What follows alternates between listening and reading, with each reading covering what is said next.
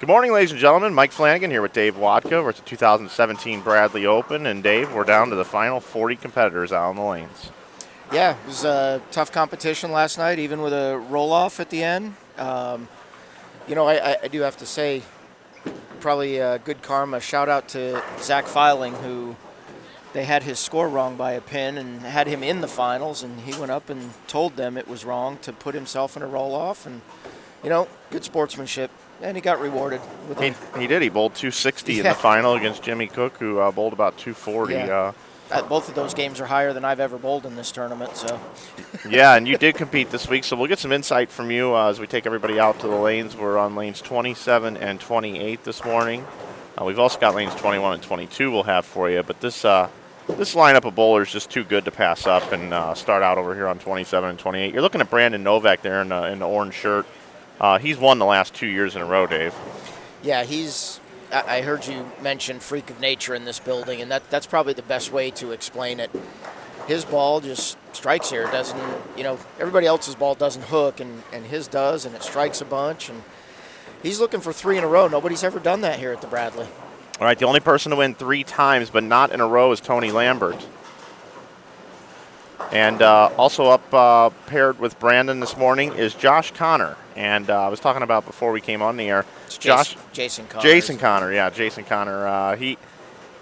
That's intimidating coming in this morning, bowling with Brandon Novak, Kyle Troop, and also Walter Ray Williams Jr. See him coming into your screen right there. Congratulations to Walter Ray on 100 professional bowling titles recently. Won his 100th title and still out competing not only on the tour, but we're blessed to have him in this field today. Yeah, 100 titles is really unfathomable. It's people dream of winning 1, maybe 2, and then he's got 100. Just think about how many TV shows that is and how many events he's bowled, and he's won 100 times. It's just incredible. And he doesn't stop. No, he doesn't. He just keeps going, and he's like the Energizer Bunny. Want to let everybody know that this stream would not be possible without our sponsors. Of course, Hammer Bowling. When you're considering your next bowling ball purchase, make sure you consider a Hammer product. Dave, you're a large reason why Hammer's involved with this tournament.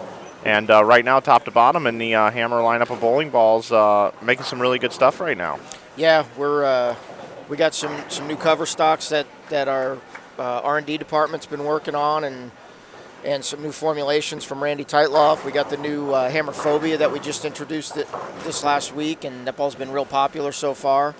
Going back to the Scandal line was real popular, and the Rebel and the Rebel Solid. So yeah, top to bottom, we're looking really good right now. And New Center Consulting, you see them on your screen. New Center Consulting, part of this event as well. If you're looking to upgrade your bowling center, or maybe you bowl somewhere and maybe you just like your center to be a little bit better, head over to the management team and say, hey, why don't you guys give New Center Consulting a call? They'll be able to help you out with improving some affordable ways of upgrading your center in many, many different ways. Give them a call. Also, want to thank Logo Infusion this weekend. You can save 20%, folks. You can save 20% over at Logo Infusion. You can use the coupon code Bradley17. I'll throw it up on the screen for just a second. I'm going to have to go over there and get some more. I got my Logo Infusion jersey on today, so. As Great do company. I. Thanks to Brandon and Ken and everybody there. Yeah, they're located in Las Vegas, right here, United States of America.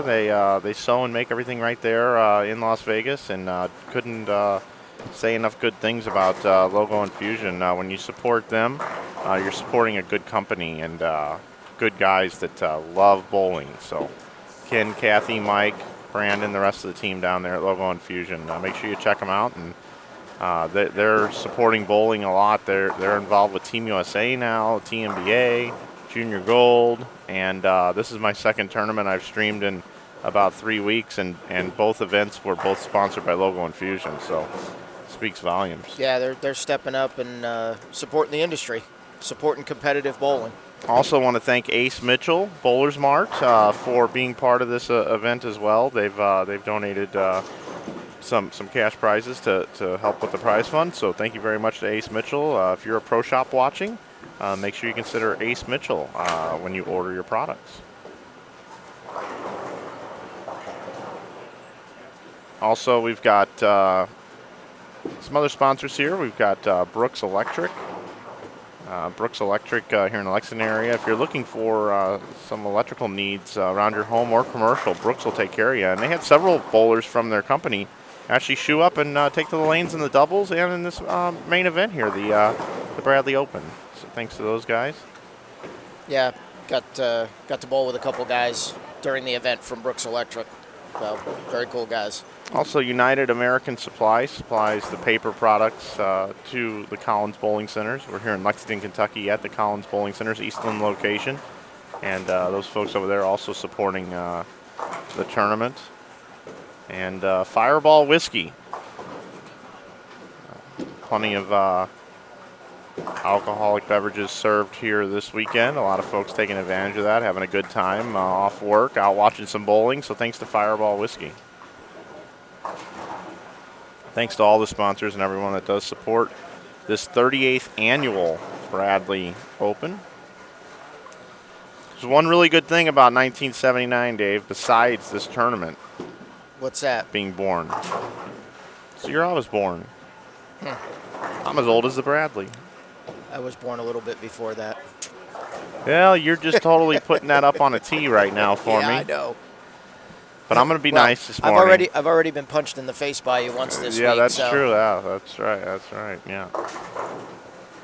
You and your scare tactics to get people to like the stream. Speaking of which, we do have a whole slew of people here in the chat, and whenever we open up, we have responsibilities of getting some sponsors mentioned and setting up the broadcast somewhat professionally. And now that we've done that, it's time for me to turn myself into the chat. Hello, everybody, this morning. Brandon, Alan, Jeremy, Missy May, the Mr. Desert, Mary Mitchell. We've already got to hit the block button this morning as well to someone. Get rid of them. And Chris G. Hello, everybody. We just rolled 200 viewers. Thank you very much, everybody. Really appreciate that. And looks like we're up to 31 likes down below. You know that we like getting that number up as quick as we can so we can get improved in the search ranking on YouTube. Let's see where we're at this morning in the live streams on YouTube. I'm heading over to youtube.com. I'm going to go down and click the Browse Channels area. DJ asked who's leading. DJ, I'll get you that information in just a second. Let's see how we're looking this morning on our stream. Live now. We are not even in the top 4 right now. All day yesterday we were number 1 or number 2. Well, let's get those likes up there, folks. We got a lot of you in the chat saying good morning now, so go over and hit that like button. Donnie, yes, 5-game total will add to their 5 games from yesterday. The top 8 will advance.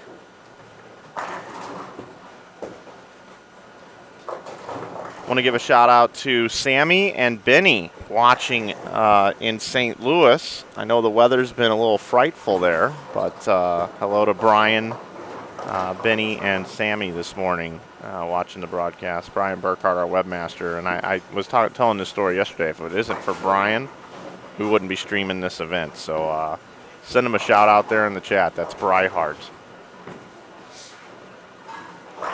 Yeah, Dave, you wanna go over some standings? You want to paint a little bit of a picture here? Sure. You want to bring it up over there or over here? Yep, got it right here. Let's. So going into the 5 games this morning, your leader is Kyle Mayberry with plus 87. Graham Faw at plus 86. Ben Pallardy plus 82. Brian Robinson plus 69. Brian Wallachek plus 65. Steve Novak plus 63, Brandon Novak plus 53, and rounding out your top 8 right now is Brian Dennis at plus 40. So right now your cut score is plus 40, and obviously everybody that's made this round of 40 has still got a chance, with 40th place only being minus 35, 5 games to make up 70 pins. It's definitely doable with the scores being so low. We got lots of great bowlers chasing that top 8. Just to point out a few, Kyle Troop right behind in 10th. Jeff Fair, former champion of this event, in 12th. Zeke Bate, 14th. Vern Peterson, 15th. I believe Vern might have won this event at one point also. Seems like he's won every other major event.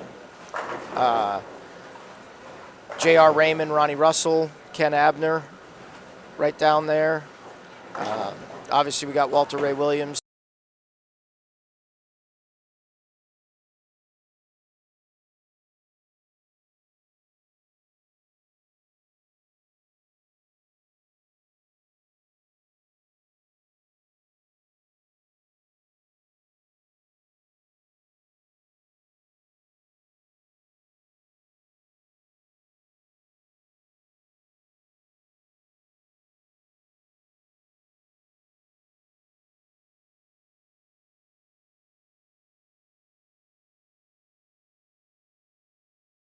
And you can find those standings updated after each game at InsideBowling.com as well.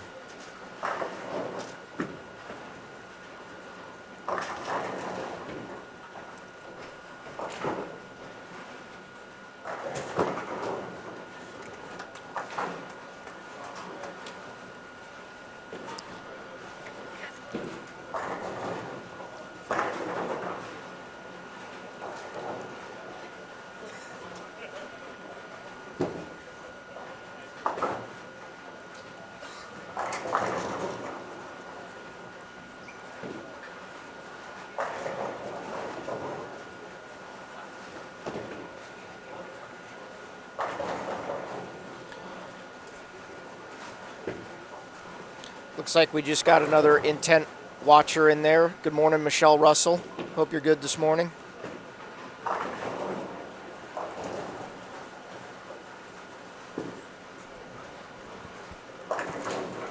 And yeah, Gary, Walter Ray, looks like he started with the front five. So we were just talking about him down there in the standings, but certainly time to make that up.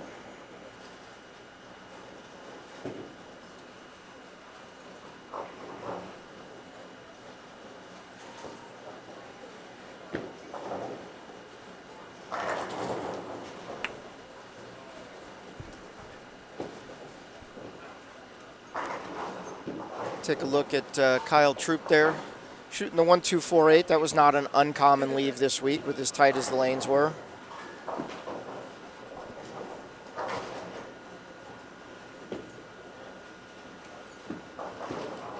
Brandon Novak off to a little bit of a slow start. Saw that he had a Greek church in the fourth frame, but I'm sure he will still be there come the end of the day.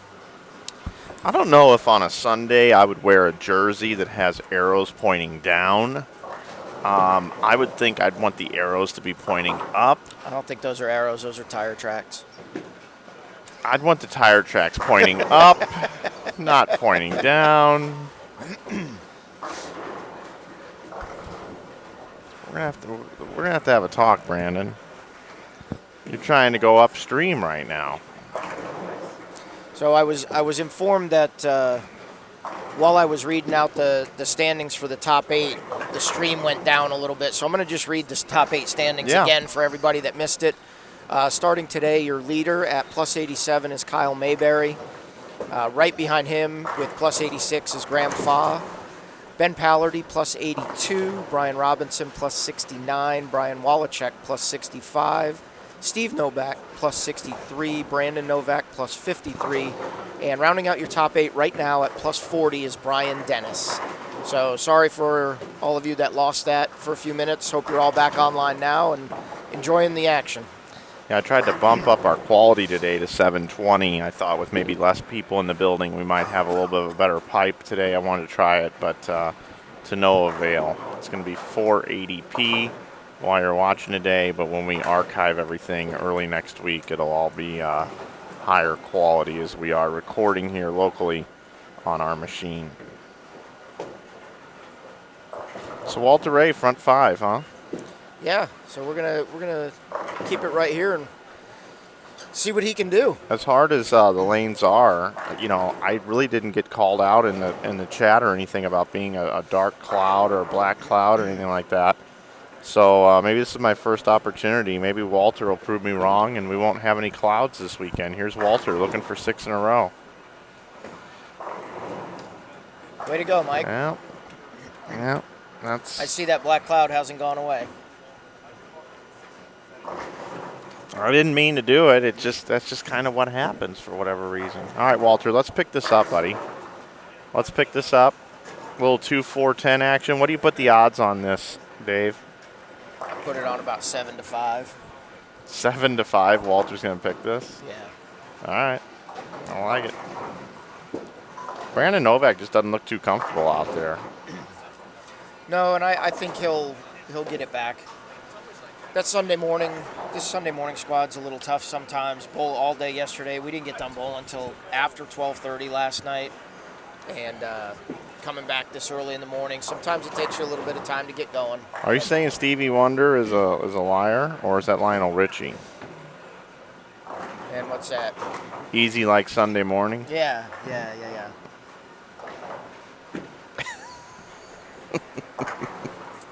Are we getting back on the music already? Did you ever finish your lyrics from the? No, I didn't get through it. All right. No. Did you get any past that first line? we got the first 3 lines. We were working on stanza 2. All right. 4 through 6. Good morning, Chad Roberts. Thanks for joining us this morning. I want to bring in our other pair for just a minute. This is Steve Novak on the left side of your screen. No relation to Brandon, but I want you to look at the leave that he has up there. The 14610. Yeah, 14610. You just don't see that every day. No, you don't. I'm going to say he makes it, though. Let's keep it there and watch him shoot it. I'm going to say he makes it. That's why I brought it over here. Ben Pallardy also on this pair, along with Chris Priode, Jeremy King.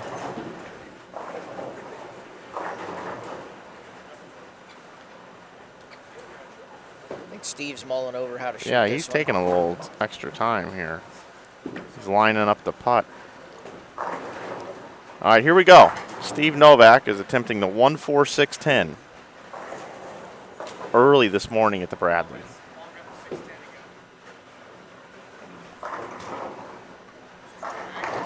I called that. Look at that. Covers it up. Great job. Let's That's a look great at spare. it one more time. Here's the replay.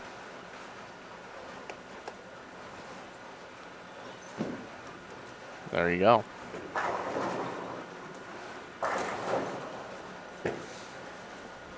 Fantastic. Who was that? That was Big Boss Man.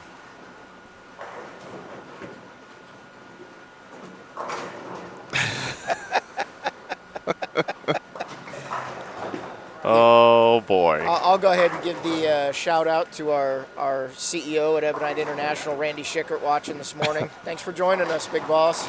Hey, last night we serenaded Harvey Johnson. We did? I missed that. Well, I did. All right. It was Barry Manilow last night. Oh. You know I can't smile without you. I promise I won't sing, because everybody will turn the stream off if I sing. Hey, Birkenbein, no problem. Says here in the chat, just want to say thanks for doing this, Mike. Makes a guy want to bowl. Well, hopefully we make you all want to go out and bowl. Support your local events, support competitive bowling, support the PBA, and thanks to Jason Utchwall and everybody at Collins Bowling Center and everybody around the country that hosts events like this. It keeps us being able to do something that we love doing. Yeah, that's one of my favorite things, actually. After like one of my first streams or so, someone typed into the chat, Mike, I haven't bowled in years. Watching your broadcast makes me want to go out and drill up a ball. And I know that these streams actually get people out of retirement and out throwing the rock around a little bit again. So if for nothing more, that makes all this worth it. Yeah, that's awesome to see something like that. That's great. Oh, I got the same text. This was a group text. Randy, I'm surprised you included Dave in our usual daily text to each other. Craig, yes, Chris Vi is on 19 and 20, so he's just off to the left side of when we're on 21 and 22. And I'll keep you updated on his score. Give a shout out to Katie Galley also joining us this morning as I'm catching up on a few text messages.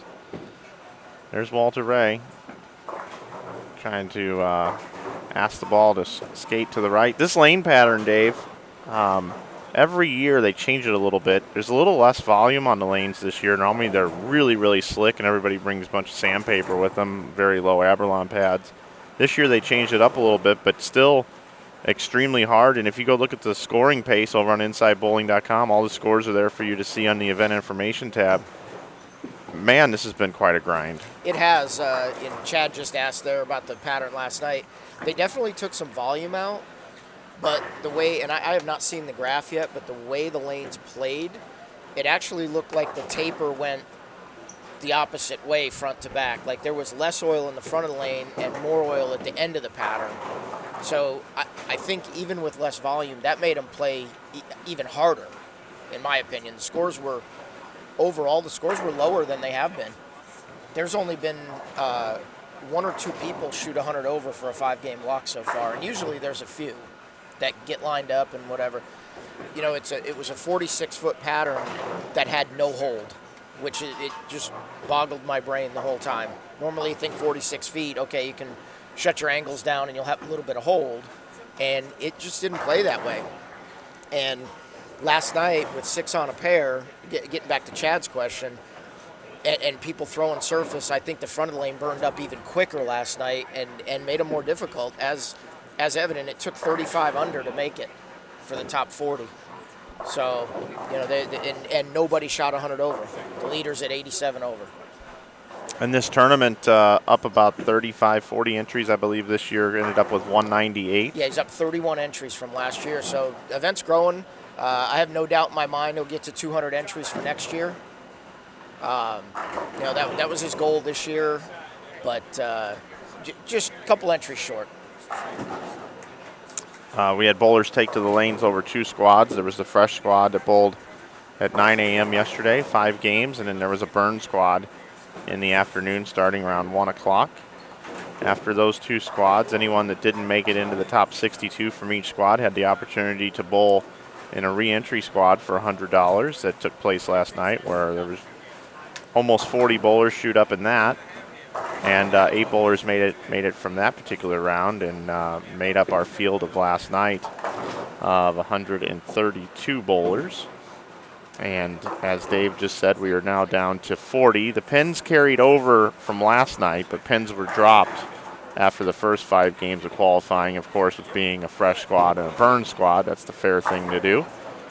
And every pin will matter today as they take the pins from last night and today and combine them together, and we will get down to 8 bowlers. They will be seeded into a match play bracket where it'll be best 2 out of 3. That's always a fun format. That's exciting for fans to watch. Craig, I'm going to give you a quick update on Chris Vi. He has 141 in the 8th frame, and he just left the 2-8 in the 9th. So he's got a possible 191 with a spare and striking out in the 10th. I'll update you at the end of the game.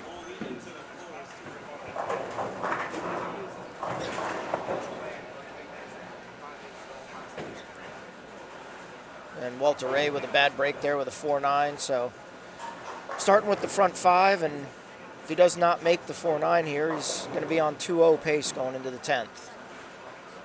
We're up to 258 viewers this morning. Thank you so much. How many likes are we up to there, Mike?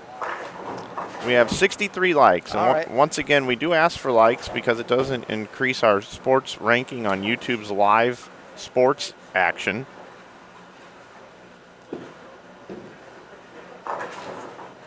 All day yesterday, we were either number 1 or number 2. And this morning, we've not cracked the top 4 yet. Catherine asked what happened in the roll-off last night. Zach Filing actually defeated Jimmy Cook 258 to 248 in the roll-off. Yeah, and yes, it did finish at about 1:30 in the morning. So it was a very exciting finish to the night.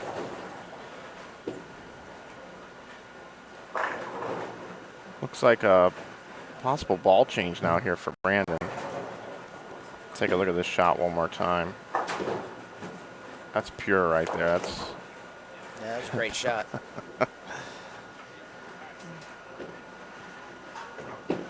It's Vern Peterson off to the left side of your screen. I'll tell you what, Vern was at the first IB Open. And when you look back at, the history of this, for 6 years we've been streaming bowling tournaments, and you always remember those people that were at the first ones. I was talking to Brett Shepard and his wife Emily now. They were dating when we first started going on the air, and Brett Shepard showed up to like the first 3 events in a purple shirt, and I used to call him Barney and all these other things, and we were reminiscing about that yesterday. I can't imagine how good the product will be in about 4 years. Yeah, obviously your technology keeps getting better. And I know you showed us about your fancy new cameras yesterday, so yeah, we've got all kinds of cool things coming down the line for inside bowling and live streaming. Yeah, we're always at the mercy of the internet connection of the building. We'd love to go out and get some 4K cameras and things like that, but to be able to put that out, you gotta have really exceptional bandwidth. And about the only place we get amazing bandwidth where we can stream at 1080p, and it's just because of what's available in the area, is when we go to Las Vegas and we're in any of the casinos. Yeah, well, they're certainly going to have the best connections possible. Yeah. So, but we're just happy to be able to have the stream for you. It's as our technology gets better, we require more of the bowling centers when we come to town. So it looked like a good ball change for Brandon Novak in the 10th there. Although only 169, he did all 3 in the 10th look great. So I'm gonna say he's still gonna be fine. He'll rebound this next game and get it back. He bowled 290 to start yesterday on the burn, so I would imagine the last game or 2 of this squad is when Brandon will bowl the highest scores.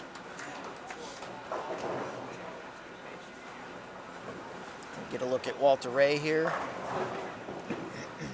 Can strike out for 217, which is still a good start. Scores overall not very high this morning, which very much expected.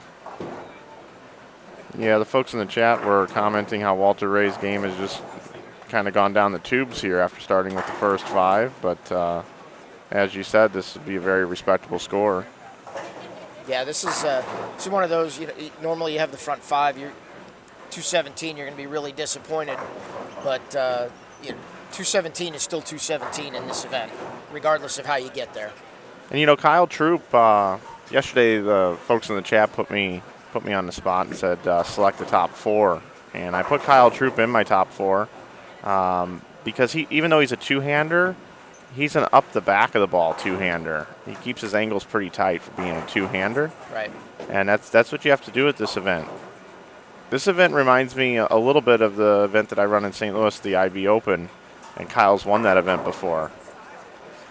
And there's something about these guys that come in and bowl on the live stream. There's like some karma going on, and Kyle's hasn't bowled on a lot of my live streams that we've put on, but he does have a W. Yeah. Well, that IB Open event's a great event too. You put on a good show there. It was pretty cool to make the TV show there last year. Yeah, that was really cool.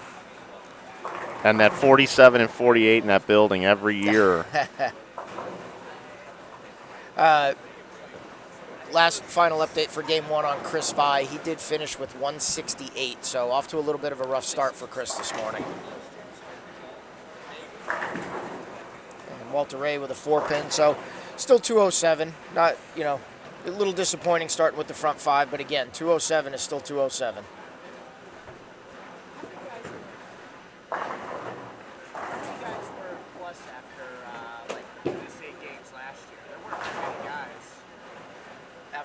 After these 5? Yeah. No, it took +5 last year. Yeah. We've got questions coming into the booth from the bowlers in the field wanting us to give stats from last year of averages of what it took to make it to different rounds. We're in Game 1. Dave Wodka actually spit out the answer. I don't know if you were just trying to look like you knew what you were talking about and spitting that out. I knew the answer because if he was listening, they announced it before the round started. Okay, well, I wasn't listening. Well, that's because you were busy producing. Yes, I was. As the color commentary guy, I'll know those things because I listened. That'll give us a chance to go over and check out 21 and 22 now. Ben Pallardy can bowl 183.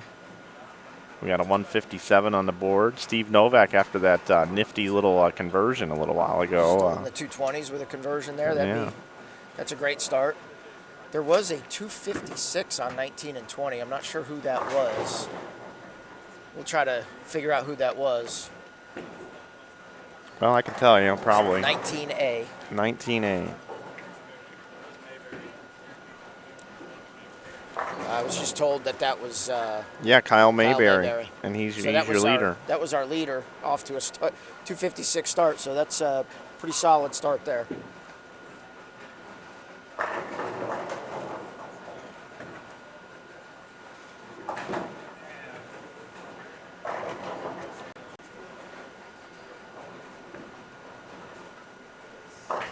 Cruising along. Cruising along. I think she's talking about vacation. I'm going to go out on a limb and say Michelle Russell's going to answer to that one. J-Dub, Ricky Fuller, I will try to get you a update on that one. Can you tell me where Ricky Fuller is? 16C. Sorry. 16C. Looks like 190 for Ricky Fuller the first Wow, game. that was bizarre what happened with that 10-pin. Check this out. Watch this 10-pin. Novak. I have no idea what hit that. Hit that? Something hit that from the back. Just one more time. Let's look at it one more time. Let's see.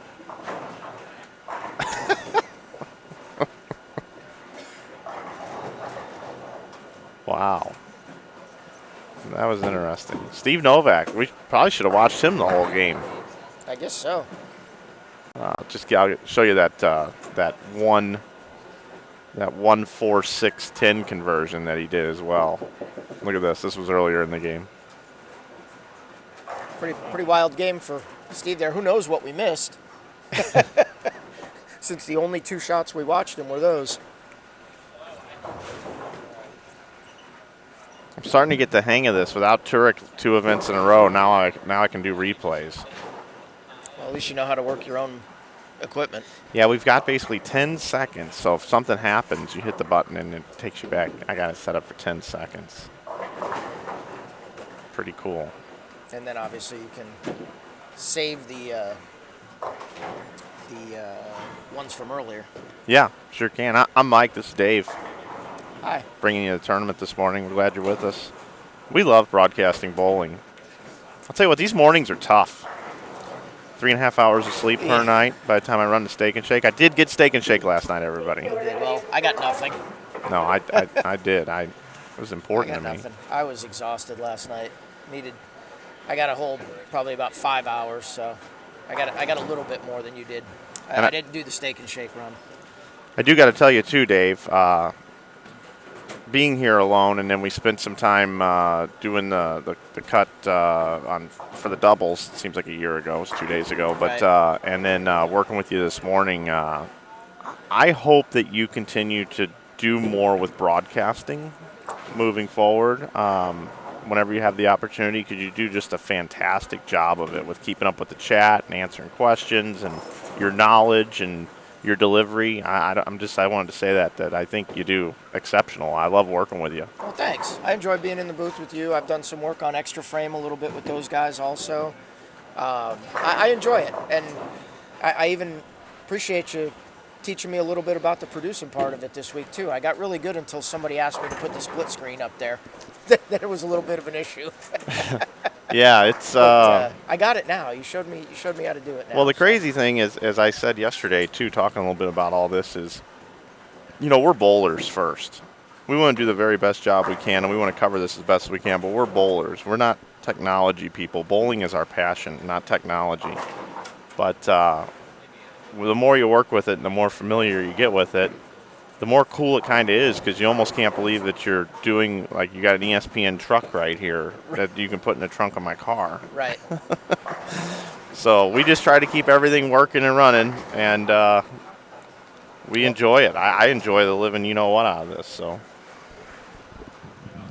we've got our man here. What's our guy's name here? John, is that a little bit better? John said I was a little harder to hear. Yeah, it's probably just Mike got away from me a little bit. Yep. Somebody's asking what Steve Taylor. Steve Taylor just came off a holiday doubles win. We'll try to get you an update on that. They've moved on to game 2, so the scores are not up there on the telescores again. So we'll get you an update on that. And they've been doing really good with the scores this year, getting them out pretty quick. I got to give them props. Yeah, here they at the have. center. The scores have been updated very quickly. And that's Brian Robinson. That's our guy. Last year, Brian Robinson, he was bowling a long time in this tournament. I think he finished in top 4, right? He did. I believe he lost to Novak in the round of 4, if I remember right. And he won some sort of like match that went on and on. I can't remember. It's on the archives, but my memory's escaping me. All these games of bowling. Yeah, was that the round of 8 match that they tied. And yeah, just kept going. Just kept going. Yeah. And then here's Ari Wilson. Ari's one of our favorite guys that we see out on the road all the time. And he's got his Chicago jerseys. Yesterday was Blackhawks. Today is looks like the Bulls the today. Bulls, yeah. And he's wearing his Logo Infusion jersey. Don't forget, you can head over to Logo Infusion, save 20% off. Coupon code Bradley17. That's good through the end of the weekend, folks.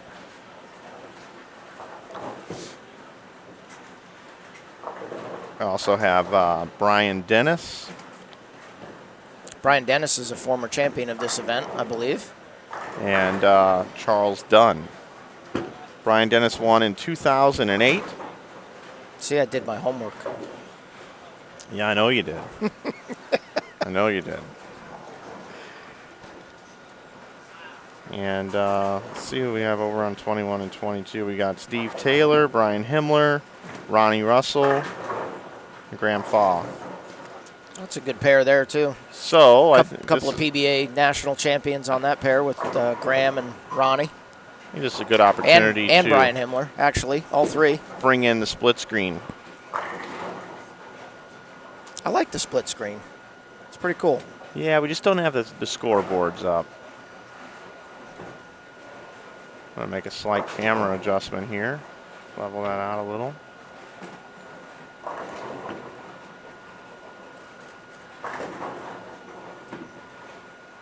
You know, Ronnie just coming on board with Ebonite International, a new signing. And no matter what anybody says, this is my opinion, whenever you make a switch and you've got a whole new lineup of products, there's a little bit of a transition period.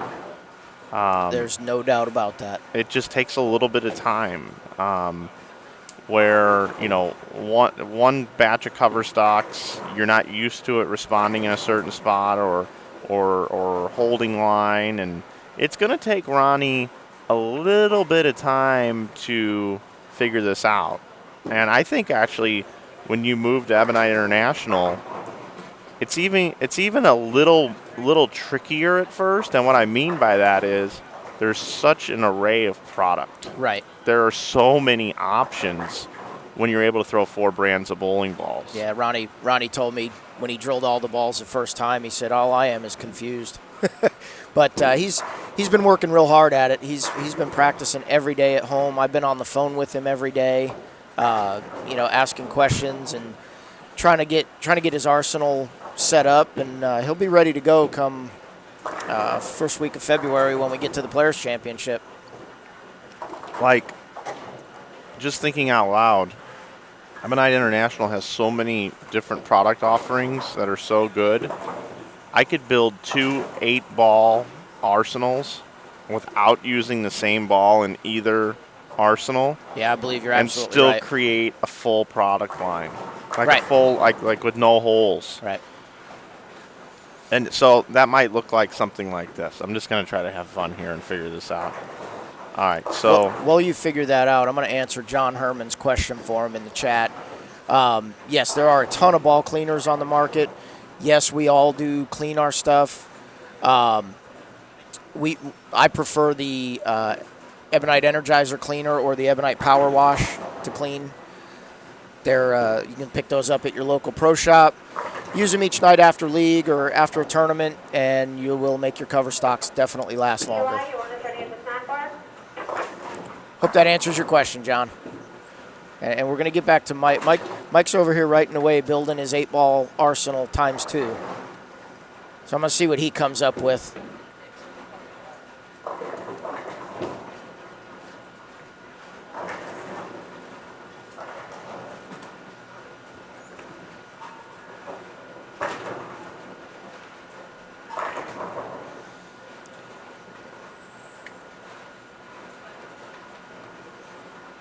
Good morning, Mike Cozine. Thanks for joining us this morning.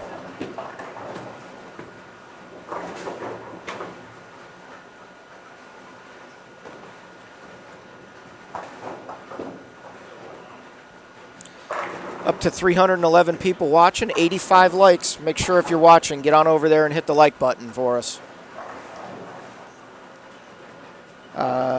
Sandman, they're just starting game 2. They're most of them are in about the 3rd frame of game 2. Brandon Novak had 169 the first game. Walter Ray had 207.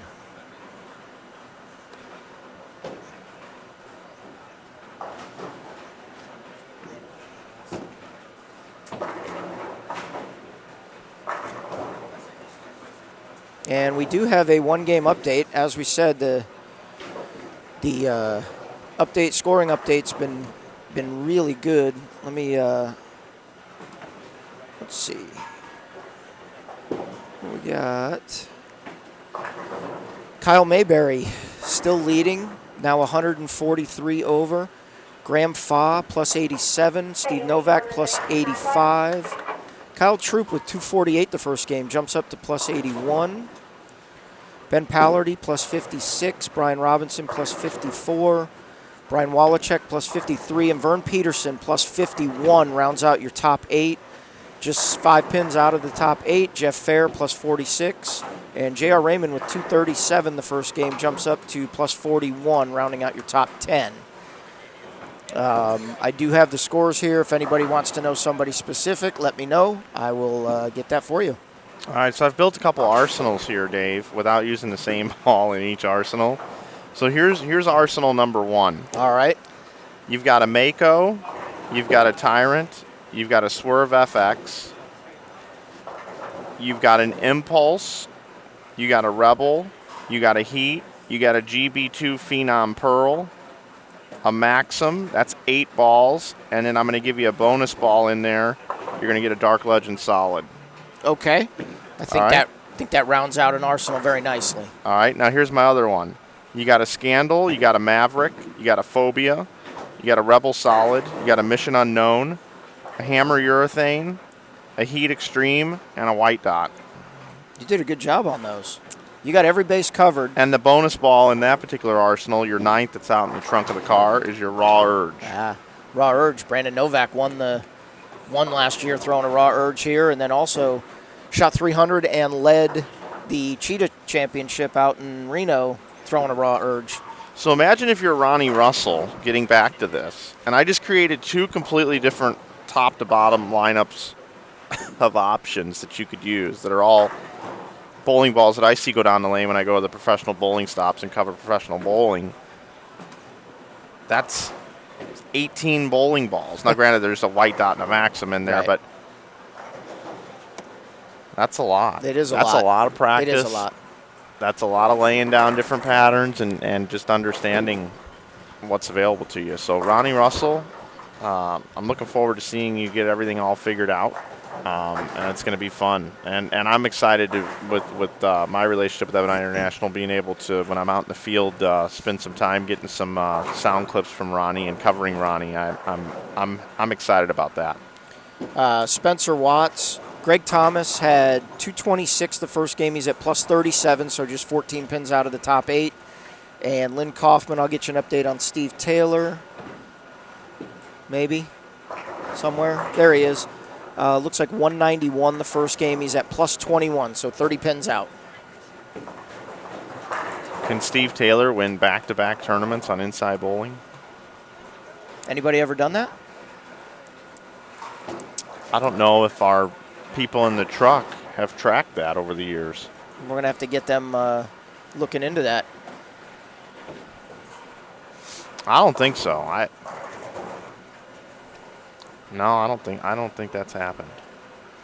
Good morning, Dominic. Good morning, DC. How are you? Thanks for joining us. We got over 300 people watching right now. We're at 96 likes. We only need 4 more to get to a C note. You're not going to punch me when we get there, are you? Nah, not today. All right. I'm feeling like my career is going downward. Ronda Rousey and I.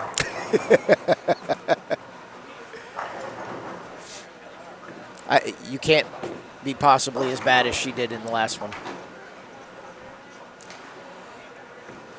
I appreciate that, Dave. She might have got knocked out with that little like button punch. That's true. I'm surprised you're even here today, Dave. Why's that? I thought you'd still be crying. Oh, yeah, well, I recover quickly. Huge Seahawks fan here. Yeah, I really did not expect them to win yesterday's game. Too many holes. The offensive line's too young. They got to get better, and not having Earl Thomas was a huge, huge loss. So good luck to Atlanta, and that NFC Championship game, regardless of who wins today between Green Bay and Dallas, should be a great game. Well, let's see if we still have the same listener we had this morning. Yeah, Green Bay doesn't stand a chance today.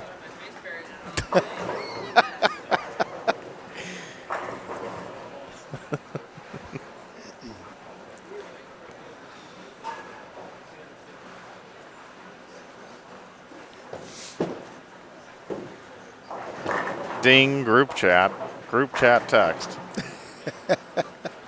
There you go. Is that who you were looking for? Shut your mouth on the Packers. There it is. Ding, ding, ding. That did not take long. That did not take long at all. Kind of knew where that was going. That's all right. +1, -1, I guess.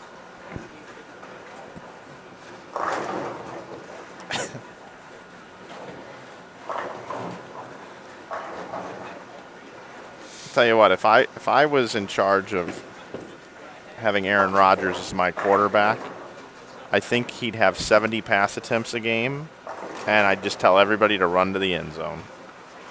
And we would just, every single time, once we got to at least our own 40, we would just heave it into that end zone, and I'd take my chances. Good morning, Alicia. How are you today? JR bowled a good game. He actually moved up into, I believe, 10th place. Yeah, he had 237 the first game, so he's only 10 pins out now.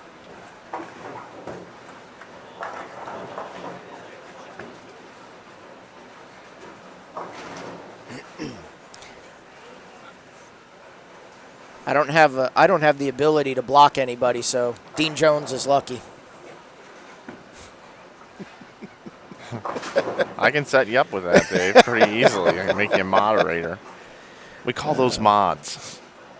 Doug, let me let you know where Chris Vi is. He did have 168 the first game.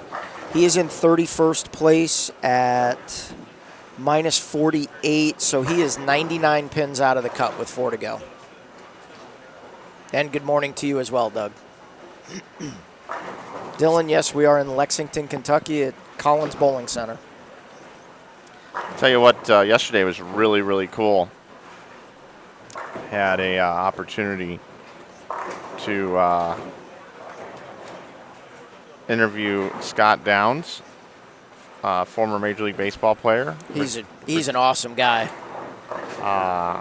That was very, very enjoyable for me yesterday. And Danny Collins also joined us in the booth twice. One of the times was when Scott was in the booth. He told this story. I asked him when he, and I'll have it all archived. I'll probably split it out on its own. But he loves bowling now, which is really cool. And I know you've been helping him out a little bit, Dave, which is awesome. He mentioned that on the broadcast. But the very first time he took to the mound, the major leagues, got the call, was in Cincinnati. And it was the first year Griffey came over from Seattle, and he came in and he had to go up against Pokey Reese, and threw the first pitch and right down the middle he thought, and they called it a ball. 4 straight balls, walks him. So now he's got speed on first base, and he's got Barry Larkin coming up behind him. Barry Larkin comes up, thought he threw him a perfect strike, ball. Mark Grace walks over to the mound to him, puts his arm around him and says, some words of encouragement. Ends up getting a double play. Griffey's up next. Ground out. Grace walks over to him, puts his arm around him and says, "Welcome to the big leagues." It's pretty cool. That's pretty cool. He told me my favorite story that he told me was actually you asked him what was his one best memory of being on the mound. Do you remember that one? Yeah. And he told the story, and it ended up for me it was really cool because it was my favorite player really of all time with the Yankees. I'm a big Yankee fan, and he got called in for his first save opportunity, and it was Bernie Williams' last at bat. Yep. Of his career, and Bernie hit a double up the middle off him, and then Scott proceeded to get the next 3 outs and get his save, and just thought that was pretty cool. He said that was the loudest he's ever seen any stadium when Bernie got that hit off him. Yeah, and that was pretty cool. Also, to add to that story is, at the end of the season there, they had already shut down their closer. They were out of the playoff contention, so they shut down the closer. So Scott had the opportunity to come in for a rare save opportunity, and it just so happened to be Bernie Williams' last game. Right. And Bernie was not playing in that game, and they brought him in to pinch hit. Right. In his final game, and he told us that he looked at Bernie and Bernie looked at him, and they both made eye contact, and that meant.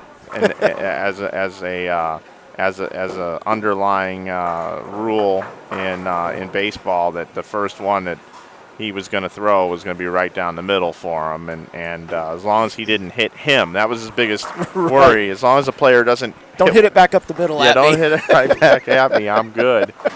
And Bernie got that double, and he ended up getting a save out of the deal. But, the whole place just erupted. And I thought that was cool, sportsmanship and gamesmanship in baseball. Gary McIntyre asked how many previous Bradley winners are bowling today. I will get that answer for you in just a second. Let me read through this real quick. Let's see. Brian Wallachek, Brian Dennis, Jeff Fair, Brandon Novak. Looks like 4. So it looks like we've got 4 previous champions bowling today. Dylan wants to know what time the finals will be over today. I was actually thinking about that myself, trying to figure out when I would hit the road here today. Pace is going pretty good. It's 10 a.m. right now. I would say we have about an hour and a half left. Hour and 45 minutes or so from now, so around noon. Final should start around 12:30. 12:30, 12:45.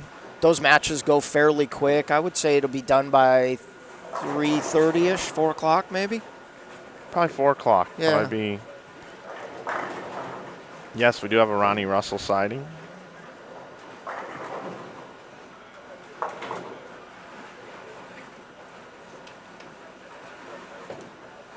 Osmosis Jones liked it when Parker took Ronnie down in the Players' Championship. I don't think Michelle liked that. I know she's in the chat. Now, that was, didn't that go to a tie roll-off? It did. It went to a 1-ball roll-off. Parker struck, and Ronnie left a 10-pin. Graham Fa, first game was 201. So he is at plus 87 in second place. Talk about an ambassador of the game, Parker Bone III. What a great guy. Yeah, can't really find a nicer guy. Probably a reason he's won the Steve Nagy Award so many times. He's won it 2 or 3 or 4 times. Steve Taylor has 129 in the 7th up on your screen. Steve Taylor doesn't have a flashy game, and if you looked at a tournament roster of bowlers, he would get lost in the mix because he's just kind of a quiet guy, keeps to himself, does his thing, but He's a crafty veteran. I've watched this guy at the Fusion Realtors tournaments that we stream. He won the holiday doubles with Eddie Flanagan, as I alluded to. This guy can play. He's somebody you'd want on your team. Like if the World Team Challenges came back, or I was building a Nationals team, Steve Taylor is the perfect 2-hole bowler on your team.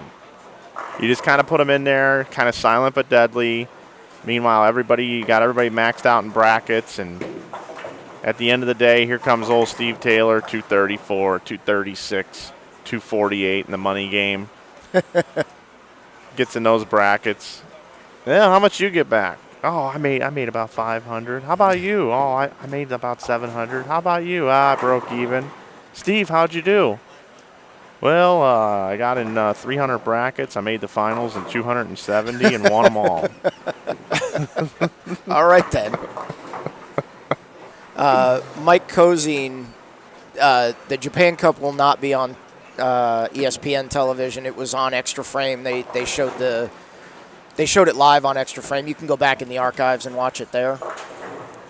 DC asked what was this weekend's most common leave. I would say anything with the one in front in it. So there was a lot of common leaves that involved the head pin. Dylan Novak is not on one of our camera pairs at the moment. We will certainly have him on. Yeah, and if you've been watching the stream too, please classify S Novak. Yeah, we do have 2 Novaks. Or B Novak.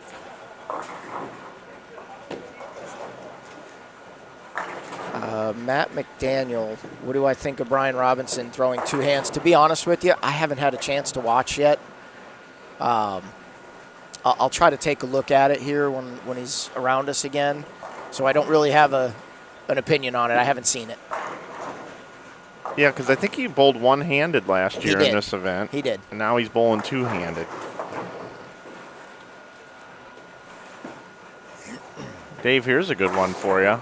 I think I know the answer, but I want to put you on the spot. If you were 14 years old right now, and you were just about to take up bowling, would you throw it with 2 hands? Personal opinion, I wouldn't, and I have nothing against it. My only thought process of why I wouldn't is we haven't had anybody doing it for long enough yet to know how that's going to affect the body down the road, the longevity of it. Do you think they said the same thing about Mark Roth? Possibly. Absolutely. Think they said the same thing about Pete Weber? Possibly. They absolutely could have. So I don't discount it. I don't have a problem with it. I'm not one of the guys that doesn't like it. I think it's fun. I think it's fun for the game. Well, I will tell you from personal experience, when I was a youngster starting out bowling at age 11, and the bowling alley allowed us, and that's what I called it back then, was a bowling alley. It's a bowling center. I called it a bowling alley at the time. It's a bowling center. We got to bowl unlimited free in the summertime if we were part of a league. And I bowled from the beginning of the day to the end of the day. And when my thumb was about to fall off, about 4 in the afternoon, and I still was going to bowl till 10, I usually took 2 to 3 hours of throwing it with just 2 fingers in the ball, similar to the way Tom Doherty bowls. And watching the ball hook so much more was so cool to me. And I got pretty decent at doing it. But because I was told by all my coaches that you don't bowl like that, you bowl with one hand, I was never able to generate the power that I wanted to generate as a bowler because my wrist just wasn't strong enough. Right. So I can only imagine that if Mike Flanagan was 11 years old right now and I was watching competitive bowling and seeing where the trends are, you got to invest your money in stocks that are rising. You got to invest your money in plays that you think are going to cover the spread. And in my opinion right now, the hottest stock going is two-handed bowling, and I think I would for sure give it a shot to try to bowl two-handed. Now, I tried doing it about 5 years ago. I was going to try to bowl two-handed for a while, and man, that was hard. I had to use a 12-pound reactive ball, it is brutally hard to be able to do it. Yeah. I think that's one of those things. I don't know that it's very easy to transition from one-handed to two-handed if you've been throwing it one-handed for many years. I think that transition's probably really hard. Well, and I think that's the point in the chat of why they're asking about Brian here.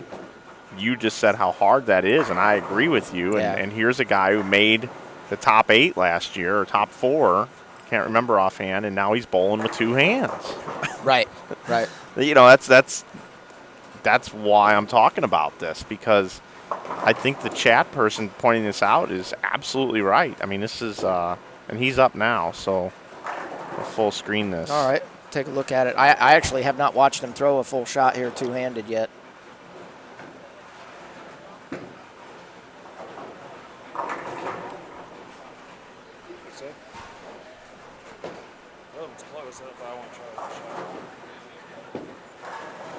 And to be honest with you, he doesn't look a whole lot different than he looked one-handed.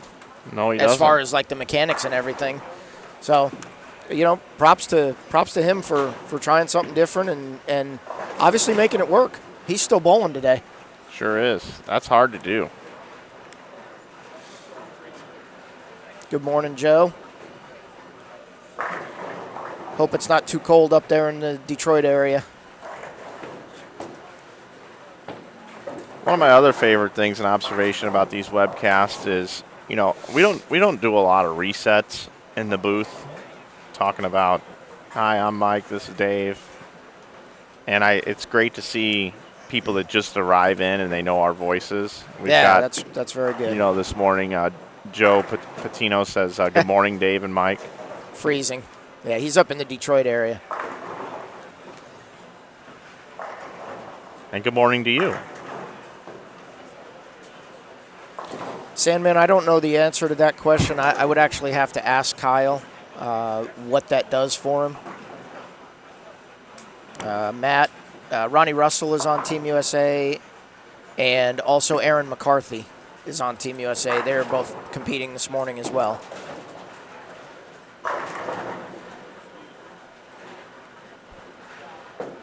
And we haven't talked much about Brian Himmler, but I can tell you that anytime I've seen Chief at an event, especially this one here, he supported this one for a long, long time and had himself quite a run on the professional tour there for a while. Always somebody I really enjoyed watching bowl, and it's always really, really cool to hang out and talk to at these events. He looks mean when you just look at him bowling. But he's just a big old teddy bear. Yep. Patrick, Doug Aston had 175 game 1. Everybody's getting about to the end of game 2 here, so we'll get you a game 2 update as quickly as we can, as soon as those scores come through. Dominic, choices.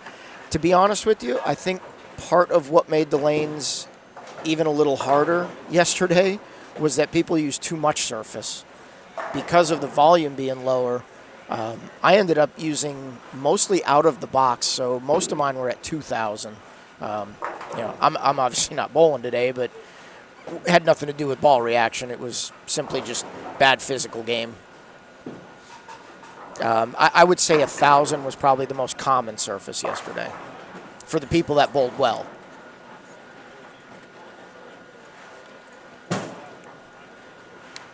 Looks like Brian Dennis here is going to be in the 220s. And let's see what he started with. He had 187 the first game, but so he's still 27 over. He's only 24 pins out of the cut after that first game. And that just so happens to be the same score that Ari Wilson just bowled, 187.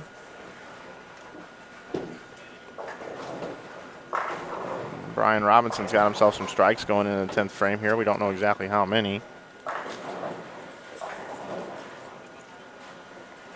Charles Dunn here on lane 24 can get to 199.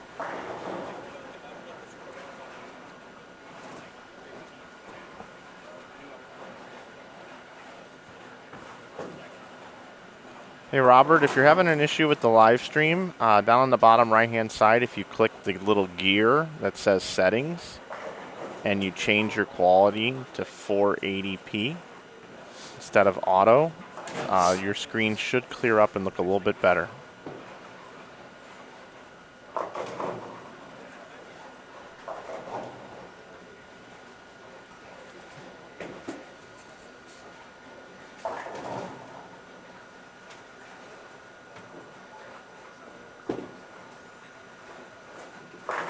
Brian Robinson with another strike.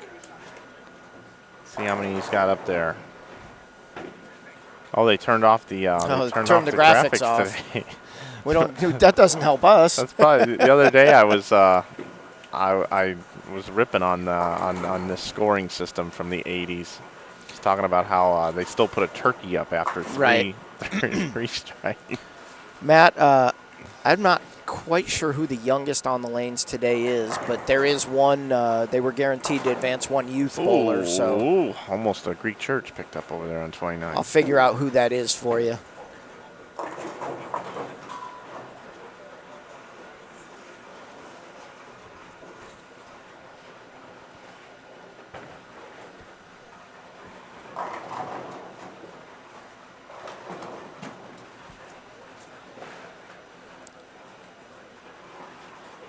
I believe Brian Robinson can shoot 227.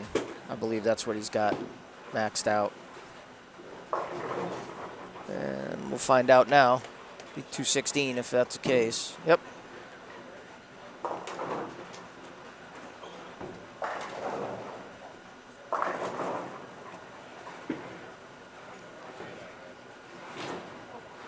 Is Walter Ray the oldest in the field?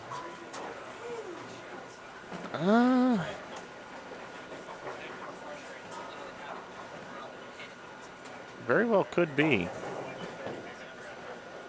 I'm gonna guess he probably is.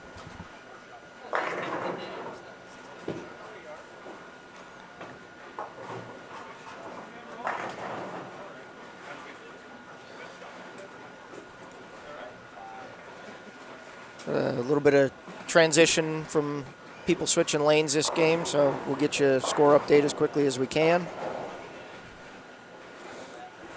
I'm hearing some bizarre feedback in my earpiece. I don't know about you, Dave, but I'm hearing a little bit of static. I don't know what's going on. I don't know if that's coming through for everybody else or not. Yeah, I'm not getting any. Okay, it's probably just my headset. Okay. Game number 3 underway here. Lanes 21 and 22 now. Tell you who we have. We got Gene Almaria, a backup bowler. She bowled the doubles the other night. And as was mentioned, I need to give female bowlers credit. And she threw the last ball on Friday night that night. If you were with us on Friday night, you'll get that inside joke there. Also bowling on lane 13 is J.R. Raymond. He spent a healthy amount of time with me during A Squad in the booth. I really appreciated the time I spent with J.R. He's usually got some pretty good insight for you. That'll be a good one to listen back to.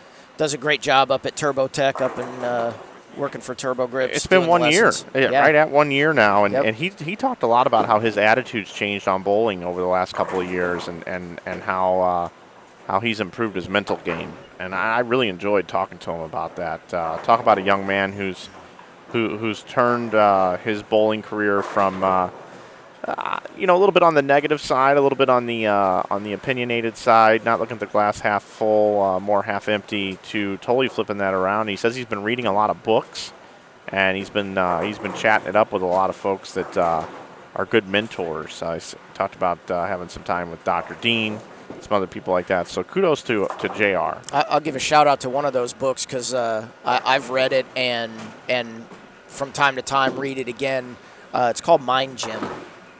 And if you need a little help with your mental game, that is a fantastic book. Manny Valenza says backup bowlers prefer you to say reverse hook. Okay, all right, we can do that. We stand corrected. And then Kenny Abner and Daniel Dino also on this pair. Dino delivers the ball off the wrong foot. So once again, we have just a wide variety of styles, and that's great. That's kind of what's great about our sport. There's there's a lot of different ways you can do it, and I know there's a lot of detractors that say that's not right. You can't do it that way, but you know what? It doesn't always have to be done one way. And Kenny Abner here, let me tell you about Kenny. I believe he's won the Hoinky. More than once, I believe. Okay. Yeah, I think that's his claim to fame. He bowls with Jeff Fair and Spigner's and those guys when he goes out to nationals every year. I used to bowl around the same time, and I'd run into those guys all the time. And Kenny Abner, he's a player. He's got quite an established career and still out here doing it. And he's got the new glasses. He's sporting the glasses, and he says a lot of people don't even recognize him right now. He just makes him look that much different, he said. And I call him Clark Kent now. He's got the Clark Kent look going. Always enjoy seeing Kenny, and he always makes sure he takes a moment, and he doesn't just say hi and walk by. He stops me, shakes my hand, asks me how I'm doing. Thanks for all you do for bowling. How you been? What's going on? And he always wants me to deliver some sort of insight. He wants some inside knowledge about something every time I see him. I like that about Kenny. Doug Moss gave us a little update there, too. Ken Abner's a two-time USBC Nationals champion as well. Doug, thanks for that update.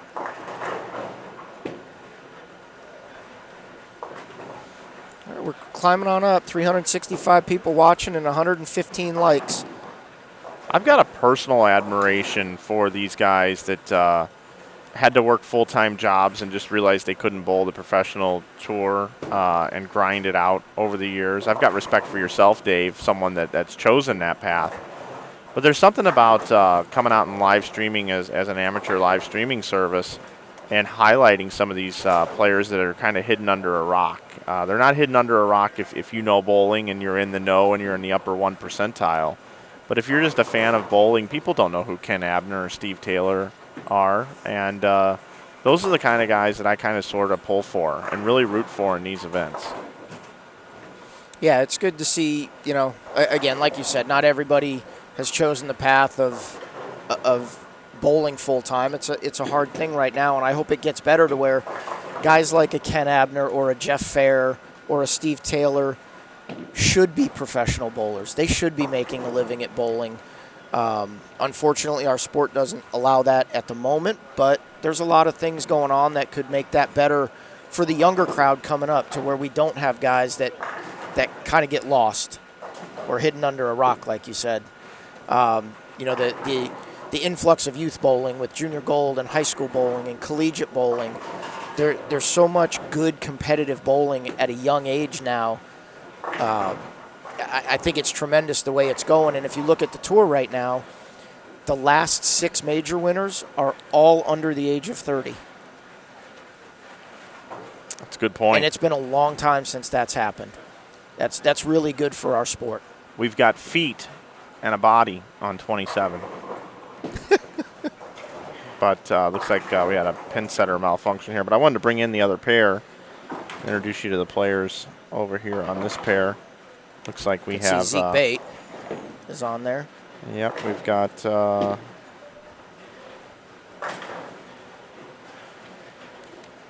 Zeke Bate, Chris Vi. We're going to get a Chris Vi sighting on 27 and 8. I'm going to guess we're going to get a lot of requests to show 27 and 8 this game. We got Kyle Mayberry, our leader, Justin Knowles, Zeke Bate, and Chris Vi.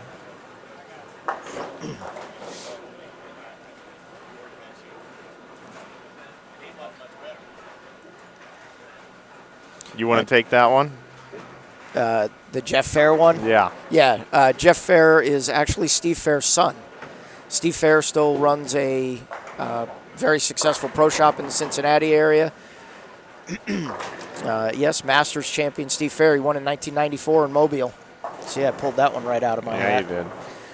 That's why you're so good, Dave. I'm telling you. Jeff has a full-time job with American Express, and comes out and bowls these bigger events, and always is a threat to win. You know what's funny too is there was a big joke at the IB Open a couple years ago that Jeff Fair is going to be the best man in my wedding. That isn't scheduled to happen. No wedding in the future? That sounds really, really bad. But it's just how we roll. Yeah, well, I'm in the same boat, man. Yeah, Jeff Fair, if you look up his collegiate career, and I'm going to do that right now. And Jeff Fair is also a 2-time USBC Nationals champion, I believe on the same team with Ken Abner. Yes, they are on the same team. I think they might even bowl doubles together. I can't remember that one. So I'm going to go over to collegebowling.com really quick. Okay.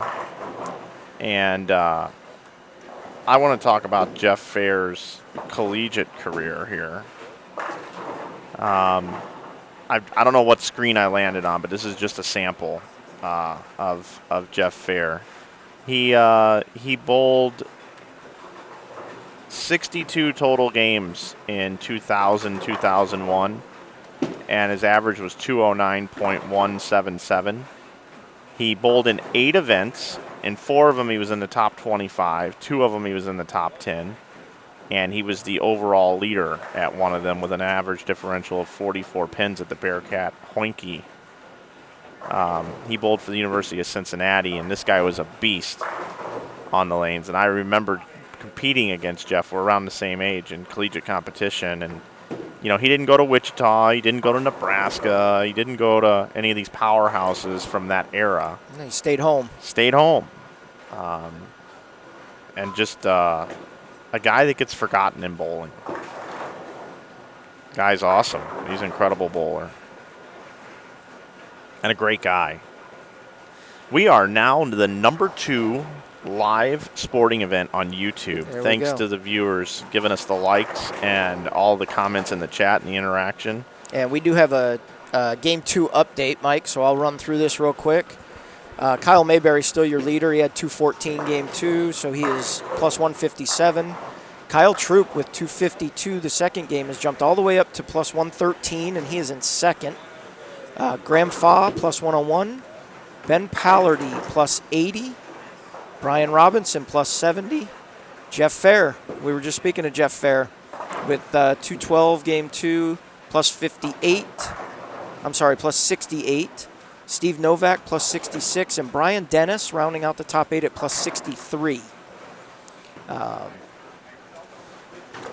I know somebody asked about Chris Vai's second game, and I'll get you that update. Looks like he had 209. He is minus 39. I'm looking at Brandon Novak in 11th, by the way. He bowled 211 after that. What was it the first game? 169 the first game. So 211 came back. He's in 11th. If he's going to win 3 times in a row, he's got a little bit of work to do.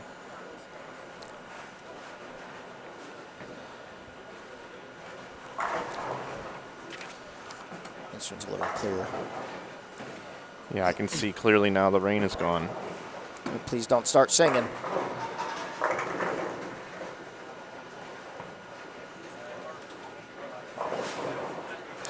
Drew wants to see the scoreboard on 21 and 22. Can you make that happen, producer? There you go. There you go, Drew.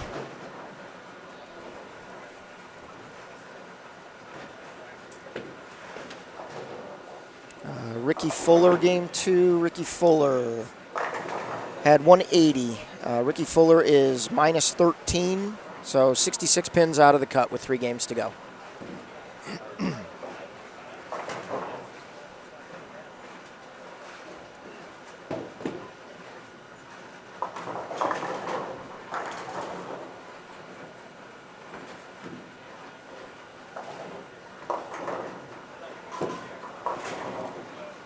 Josh Berry says he's excited to bowl on Mike Flanagan's YouTube tour. Hey, look at that. I've never heard it put that way, but I do like that.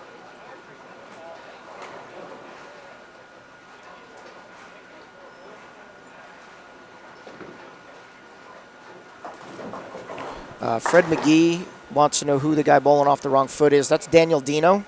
He's from the Owensboro, Kentucky area. Always very competitive in the events he bowls in. Really good bowler.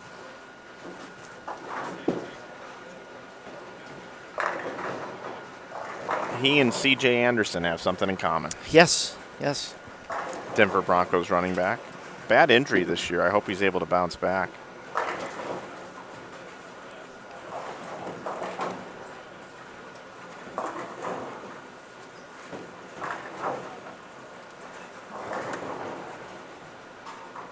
Matt McDaniel.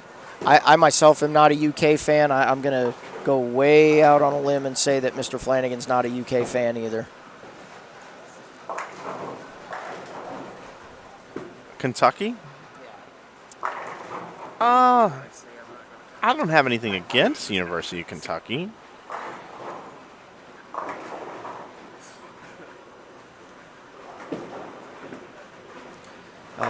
Aaron McCarthy and Daniel Farish after game 2.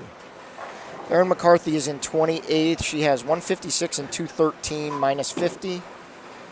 And Daniel Farish has 210 and 191, so he's minus 20. Again, the cut is at plus 53. Jody, hello from Australia.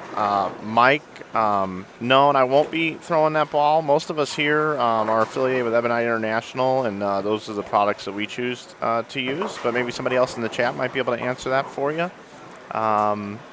Richard Allen, I will let her know. She might actually be on the chat right now at some point. I'll let her know that you want her autograph. If you want to see how your favorite bowler is bowling, head over to InsideBowling.com. At the top of the screen is a live streaming in progress link, and it'll take you to a landing page, and down at the bottom there's an event information tab, and you can see all the individual scores for every bowler.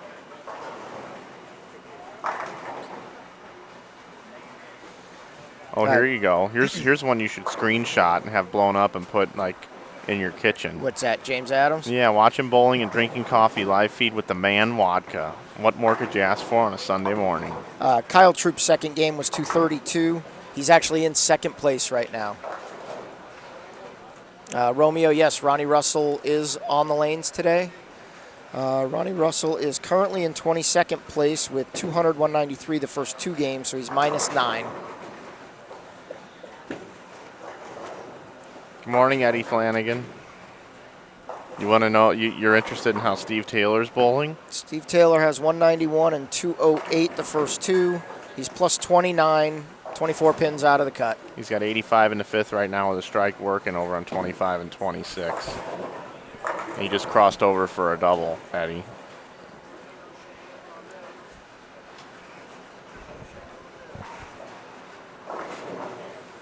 Osmosis, thank you. Yeah, and we'll actually be up there next week. We're bowling that same regional next weekend at Legend Lanes in Cuyahoga Falls.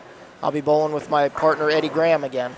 Is that Borden's old place? No, that is Stonehenge. Is that still open? Yeah, he's still there too. Is he? Yeah.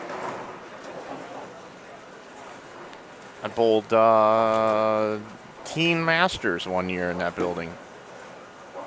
That was a long time ago. Yes, it was. That was the year Brian Hatcher won over Chris Jones. The year before, Mike Fagan won. Nice. He was the inaugural champion of that event. Mike Fagan? Yeah, I bowled year 2. Stephen Allen. Ronnie has not sang that song yet, as Mr. Flanagan has not finished the lyrics of it. So this may be a little while, but at some point, maybe we'll get a recorded version of it on the Ebonite Facebook page. High five? No high five?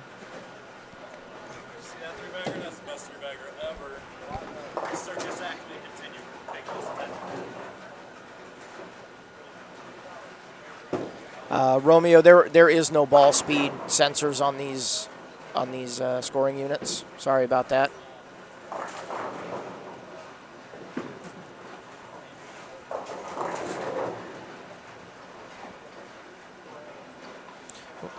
Get a look at our leader right now, Kyle Mayberry.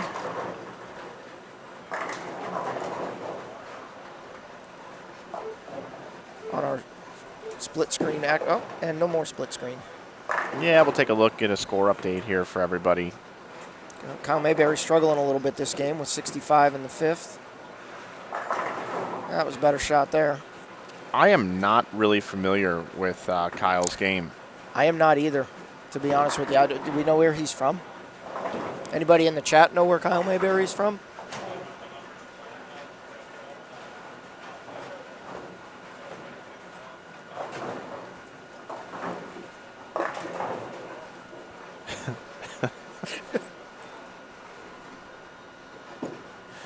I'll tell you what's interesting is not only do you have to call action, not only do you have to make sure your stream is going up, not only do you have to check the scores for updates and click the cameras and produce, but you also have to monitor the chat and hit the block button on occasion. Yeah. Doug Moss, again, thank you for the update. Kyle Mayberry's from Mechanicsburg, Ohio. Bowls out of the Springfield area. So the Springfield area is represented by Chris Vi, Ricky Fuller, and Kyle Mayberry today. Let's take a look at Vi. He's sporting a pink today. And what's he got? Bowling a little better game. Front four and a spare. And another great shot there. I'm going to look at it again. So here's Vi today. Okay, take a look at that. And I've got a replay of Chris Vi yesterday attacking the lanes. Let's go ahead and bring that up. Look at the difference. This is Chris Vi yesterday, much further outside. Very different today. Fred asked, out of the 4 brands of EBI, which one do I like the best? To be honest with you, Fred, I use some from all of the 4 brands. They all have great products in their own way. They all have distinctions. You know, Columbia with the Hypershock technology, Hammer with the carbon fiber, Track with the multi-density cores. They all work.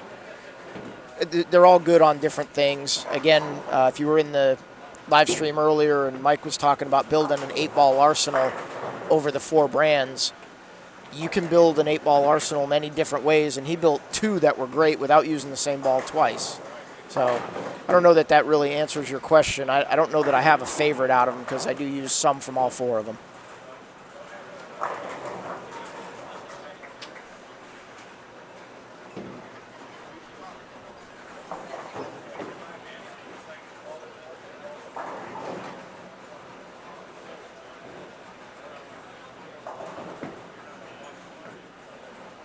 And apparently Dean Reynolds is from Springfield, Ohio also. So they must have just rented a bus and bussed everybody down from Springfield, all the good bowlers.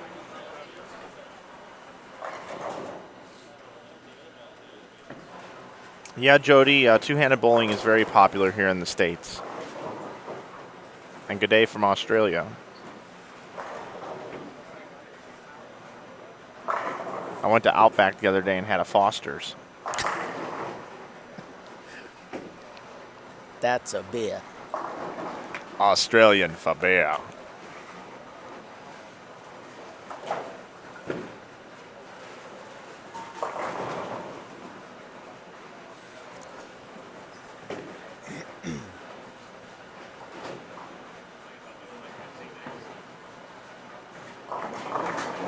Oh, yeah, cool. All right, Eddie Flanagan says, hey, Mike, will Hammer let you raffle a ball at the holiday doubles?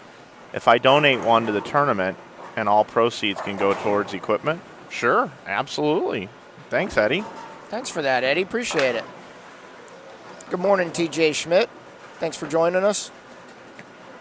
I got to tell you, I didn't know this Eddie Flanagan very well, and our names are spelled differently. And it's funny, there's like this inside joke because I like always saying no relation, no relation. And I don't even know why. I just have that rattle off the tongue. But I sent him a message congratulating him on the holiday doubles win. It's the first message I ever sent him on Facebook or anything. I've seen him around at events and things like that, but just we never crossed paths, you know, for whatever reason. And sent him a note. And the more I've interacted with Eddie Flanagan in the last couple of weeks, the more I like the guy. So if you're ever in Peoria, Illinois, stop by and check him out at Landmark Lanes. Landmark Lanes, you know the history behind Landmark Lanes, don't you? The historic match that happened in that building, Dave? I absolutely do. I bowled that event. That was early on in my days of the tour. I actually had some success at Landmark Lanes. I enjoyed that place. Made a couple top 24s there. That title match between Brian Goebel and Norm Duke. Brian Goebel having the front 9 and still needing the first hit in the 10th to win the match. And with it being the True Value Open, there was a $200,000 bonus for a 300 game during that event. And Brian Goebel with 296. But 296 to 280 in the title match there. Absolutely amazing. And was he using a Gyro Pro? He was. He was using a green Gyro Pro. Very good. I'm impressed. And Norm Duke was using a Beast. Yep. And Norm Duke has the highest losing score to this date in PBA finals history at Landmark Lanes. Correct. Has that ball been released or announced yet? The Kinetic? Hasn't even been announced. Well, to the pro shops it has, but not to the public. They don't, so it's they on- probably don't. Good morning, Chase Rhodes.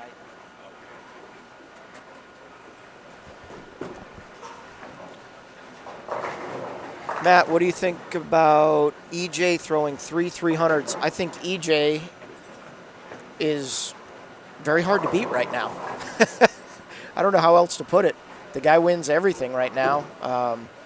He's probably going to win Player of the Year. I don't really see how he can't. But for those of you that may not know, Matt was mentioning EJ bowling 3 300s. He bowled 3 300s during the Japan Cup in a 32-game tournament. Qualified 5th for the stepladder and then went up the stepladder to win the tournament.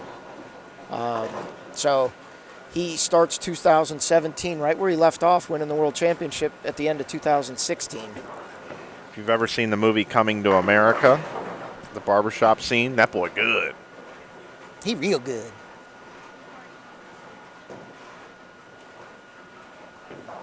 Chase, I don't know if we really need to go there. Osmosis. EJ definitely has broken through. As with any young talent that comes into the tour, there's still a learning curve. And he had some early success, made some shows. Now he's learned how to win on TV, and, man, he's going to be hard to beat.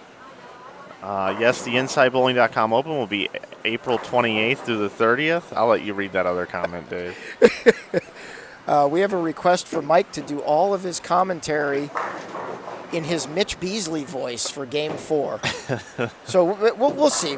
I don't know if we can do it for the whole game, but maybe we'll try to get Mitch in the booth for a little bit of insight here during Game 4. The problem is I turned into Elvis very quickly with that impersonation. Yeah, you did last night. We had to shut you off when it became Elvis. I don't spend enough time rehearsing my impersonations, but I will tell you that I did when Angelimar was in the chat and she thought I was doing a good job with it. That was interesting. And then in between the blocks yesterday, I actually went down to Mitch Beasley and said, "Have you heard anything about me doing an impersonation of you?" And he goes, "Well, no, I haven't." And I said, "Well, Mitch, I do, and I don't want you to take any offense to this. It's all in good fun. I hope it's okay." And he's like, no, I don't mind. And I'm like, okay, cool. So I did it for him in front of him, and he laughed. And we have plans one day for him to be in the booth, and it's going to be two Mitch Beasleys talking to each other. Good morning, Lisa Osborne. Thanks for joining us this morning. Couple of Eddie Flanagan with another Coming to America reference. The key words you have to say with Mitch is, well, I made an adjustment. That's the first thing. That's your go-to. And moved left, shot 240, come back, shoot 250, and moved to another pair, and it was kind of tricky. Made a ball change. Took a little more time on the approach. Left 3 4-pins and a 4-6. Had 187. Bowling pretty good. There you go. Thanks for that insight, Mitch. Glad to have you in the booth again this morning. Yes, Chris Vi is bowling a very good game this game. So making up for that 169 start. We're getting towards the end of Game 3 here. A couple pairs in the 7th frame. most in the 8th, 9th, 10th. We'll keep you updated the best we can at the end of the game, get you that third game update as quickly as we can.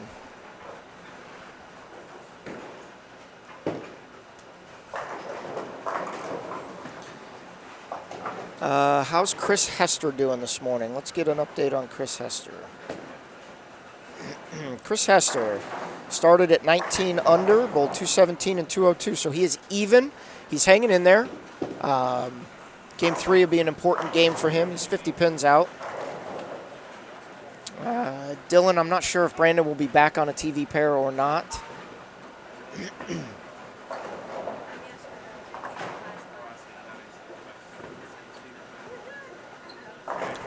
Mike, I'm getting a couple texts about how good Mitch is in the booth. Nice. He is. I mean, he does deliver a lot of insight.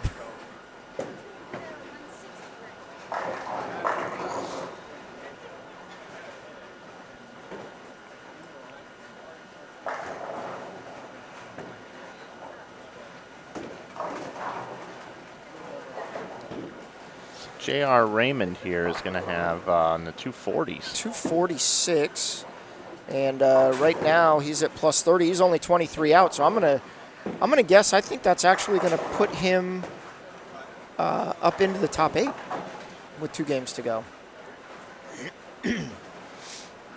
Zeke Bate here is quietly bowling a nice game himself. There's the black cloud on that, but let's get a score. Good job, Mike. 234. 234, and Zeke's struggling a bit right now. He started with 167 and 135. So he was 71 under. That's going to definitely get him back in there with maybe a chance with a couple big games. And yes, Chase, I know you can start trouble with anything. We just, all I want to say is we're respectful of every company that has employees and payroll and that are working hard on trying to improve bowling and to give back to bowling, and we just try to respect that in our chat. Yeah, we're all working for the same goal. The bowling industry needs to work together. We're all trying to get to the same goal. We want bowling to succeed as a whole. This is an interesting question from John Herman. Mike, you talked about how you admire that a lot of these guys have full-time jobs outside of bowling. Agree 100%. Do you have any idea if a lot of them are blue or white-collar careers? I can tell you a couple of them. Like I mentioned earlier when we were talking about Jeff Fair. Jeff Fair is a account manager for American Express. Let me look around a little bit and see if I know any of the other ones that are outside of the bowling industry. A lot of these guys also own a pro shop or work for a company in the bowling industry.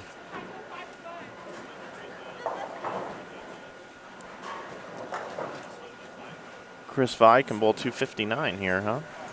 Yes.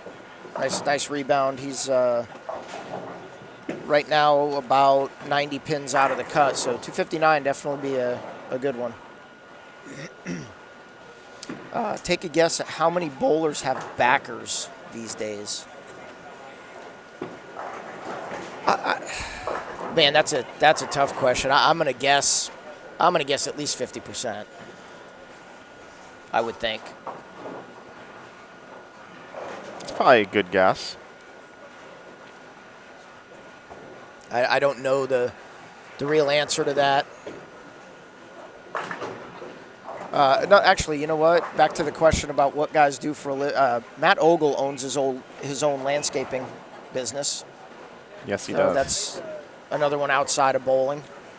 We have no action on any of the lanes, so you get to look at us for a moment. All right. Mike Flanagan, Awesome. Dave Wodka here with you in the booth, and we're off to a good start here this morning. I'm feeling really good about our broadcast, feeling really good about all the questions that are coming in as well. Yeah, we've had a good chat this morning. The questions in the chat have been very good.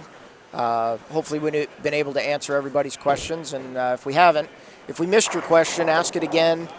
These questions go by so fast, sometimes we miss them. Don't forget to give us a like down below, everybody. We would appreciate a like. And Keep if you that want away to from my follow us face. over on Facebook, you can follow us on Facebook as well and give us a like over on Facebook at Inside Bowling. We certainly would appreciate that. And this weekend, Mike Wolf's doing a membership drive, trying to drive subscribers for us. If we get to 8,500 subscribers, which is a lofty goal, we're around 7,750 right now. He's going to give away a hammer bowling ball next week.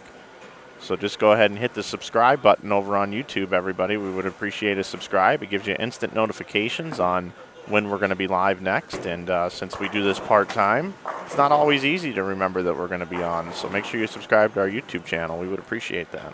I actually went and did that this morning. I didn't realize I hadn't subscribed to it. There you go. I appreciate that, Dave. Once again, we have no action out on the lanes right now. I'm going to go ahead and get our Game 4 graphic ready to rock here, though. Dave, you're looking good in purple today. Thanks. Edward, have there been any 300s in the tournament? No. We don't get very many 300s in this event. 2 years ago, Brian Himmler had one. Last year, Brandon Novak. Last year, Brandon Novak had one. So we have had one each of the last 2 years. We have not had one yet this weekend. Maybe we'll see some action and get one during the finals. Good. I believe there's a $1,000 prize for that. Yes. William, standings are posted at InsideBowling.com. You can find them there. They update every game. Jimmy Cook is not still bowling. He lost in a roll-off to Zach Filing last night for the 40th spot. Bring back the 8-ball. That was actually one of my favorite balls in the 98 season. Made a TV show with that one. When I think of that ball, I think of one bowler. Sean Swanson. Yep, Sean Swanson threw it on the show in Portland that same year. Yeah, when he finished second, Yep. I think, to Norm Duke. Yep. Sean left us almost 2 years ago now. Yeah, very sad. Way early.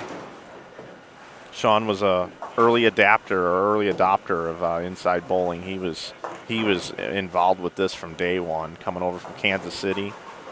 Can't say enough great things about him. I was actually in Missouri for the Missouri Hall of Fame this year when he got inducted, and his family was there to accept the award.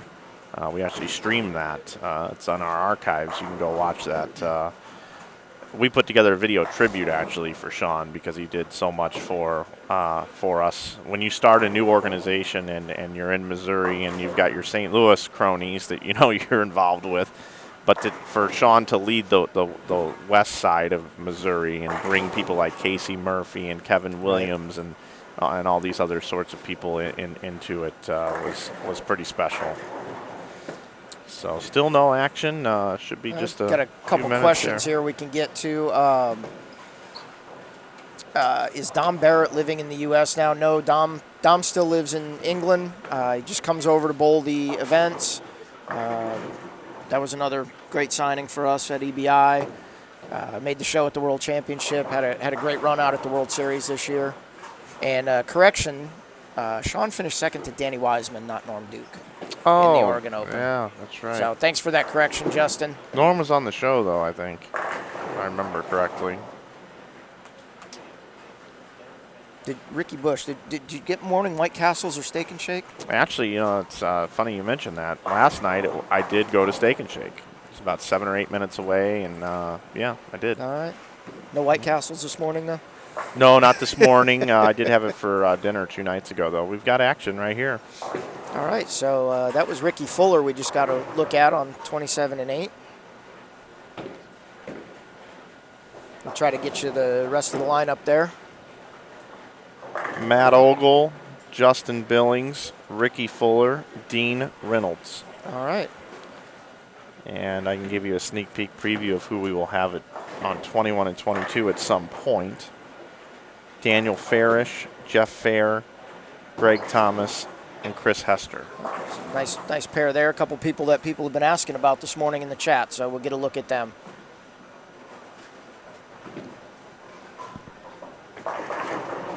We've surpassed 400 viewers this morning. Appreciate it. Got 159 likes down below. Don't forget, the more you interact and subscribe to our channel and hit the like button and type in the chat, the more YouTube says, hey, this is a legit channel. we should increase it in the search rankings. And then what happens from there, Dave, is we have this little thing called trickle-down effect. So the more people that watch bowling, the more opportunity they have to potentially get the urge to go bowling themselves. Exactly. And then bowling centers have more bowlers in there, and they turn into league bowlers, which translates into ball sales. And then they get good. It's all a trickle-down effect. They join the PBA, and they Bowler's Journal has more stories, so it's a thicker magazine. And anyway, so just do me a favor, hit the like button and subscribe to our channel. Dick Allen in there said he just watched that show that I was on with the 8-ball, the 98 Johnny Petraglia Open. Lost to Brian Voss and Amleto in a 3-man match. Actually, Brian Voss advanced out of that one and bowled Tim Chris for the title. The Turtle. Turtle. And Dick Allen, my mom did text me. She said she'll get you an autograph when we're out at the Masters. She's actually going to be working the Masters for USBC. I'm feeling a bit turtley this morning. If you've ever seen Master of Disguise, it's a Dana Carvey movie. Dana Carvey's one of my favorite actors. I don't think I've seen that one. Turtle. Might It was a horrible movie, but there is a it. scene that's hilarious in that movie when he shows up to an event dressed as a turtle.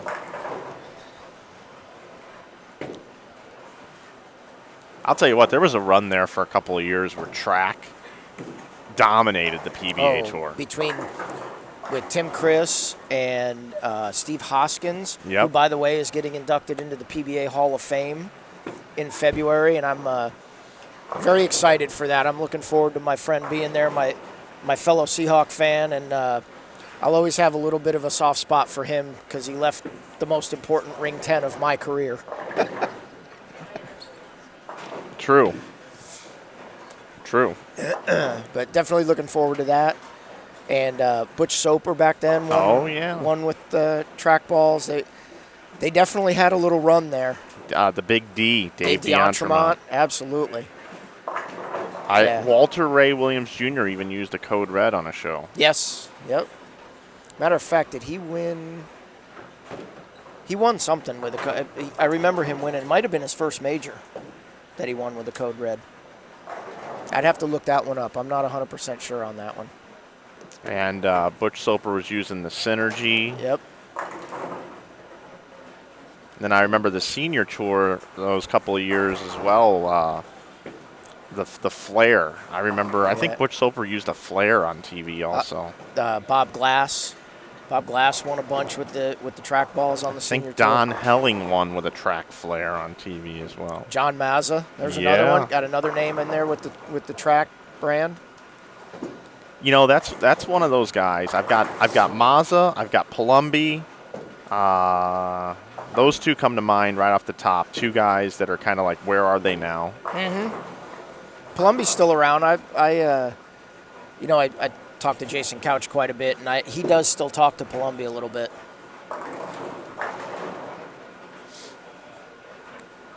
Bob Benoit, there's another one. I remember Bob Benoit using a nuke. Yeah. That bright green one. Absolutely.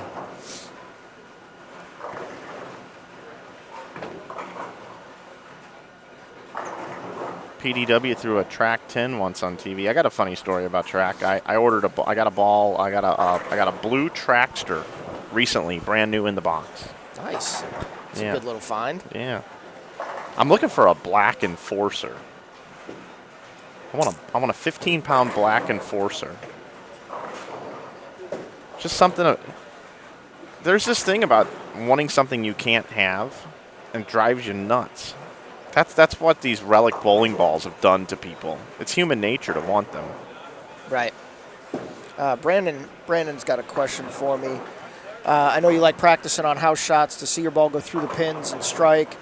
What do you do to prepare for shots like this? Brandon, to be honest with you, for me, and it works for me, and I don't, maybe it doesn't work for everybody, but for me, practicing on something that's not quite as hard gets me in a better rhythm. And it's all really about timing and rhythm for me. And if I have that, I generally can figure out the lanes, figure out the pattern.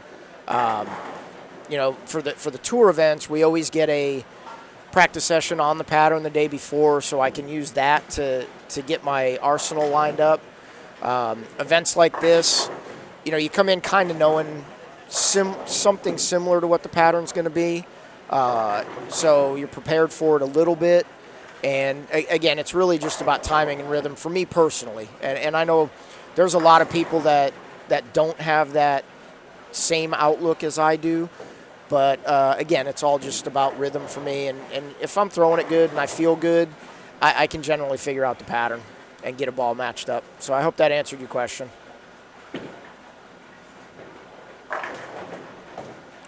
I got a text coming in from Kenny Corley, watching on his flat screen 60-inch TV today. Says, hey, buddy, it's Kenny Corley. The show looks great on my 60-inch TV. You and Dave are doing a great job. And we got 2 exclamation points after that, Dave. Nice. One for each of us, I guess. Herb Lyons asked if I ever used a sumo back in the day. Herb, I've actually been with Ebonite International since 1993. So I did not ever get a chance to throw a sumo. That was a competitor's ball back then, and so I just never did. The purple sumo was seemed to hook more than the black one, actually. The pearl one. There's something weird about that ball.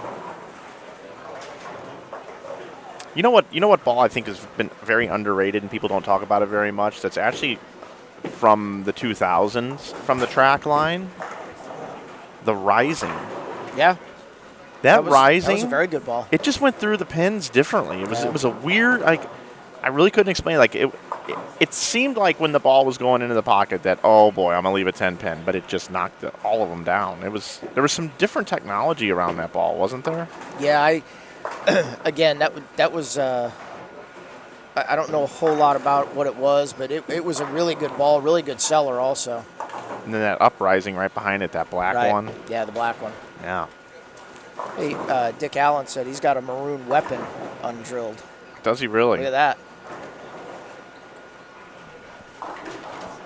And we've got a 3-game update for you here. So we'll go through that real quick while you watch a little split screen action. Kyle Mayberry's still in the lead at plus 126. Ben Pallardy with a 220 game jumps up to plus 110 in second place. Graham Faw plus 106. Kyle Troop plus 87. J.R. Raymond up to 5th place with plus 75. Steve Novak plus 73. Brian Wallachek plus 71. And rounding out the top 8, Steve Taylor at plus 61. And now we're starting to get a little gap in the scores, as 9th place is only plus 35, Brian Robinson. Two-time defending champion Brandon Novak in 12th at plus 25, so still only 35 pins out of the cut. If you'd like a specific update on anybody, let me know. I've got the scores in front of me. We'll get to it as quick as we can. I'm going to full screen Chris Hester wearing his purple and black track shirt today. Daryl, yes, there was a track ball called the Critical Mass. That ball was very popular also and made a lot of TV shows. And that code red was the follow-up to the Critical Mass. George asked, since I've been with EBI since '93, are there any other bowling balls from other companies that you wish you could have gotten a chance to throw? George, to be honest with you, every company makes great equipment, and being with Hopkinsville since then, it's what I had, and it's what I had success with. And I don't ever feel like a different brand was going to make me bowl better. For me, it was still about repetition, still about matching up the right ball to what the pattern was. So, no, I look back on it, and I'm very happy with where my career's gone and where I'm at in the industry with Ebonite International now. Jeff Fair update. Jeff Fair's in 15th place. Had a rough game, 159, game 3. He's plus 17, so 44 pins out of the cut. And on our featured pair over here on lanes 21 and 22.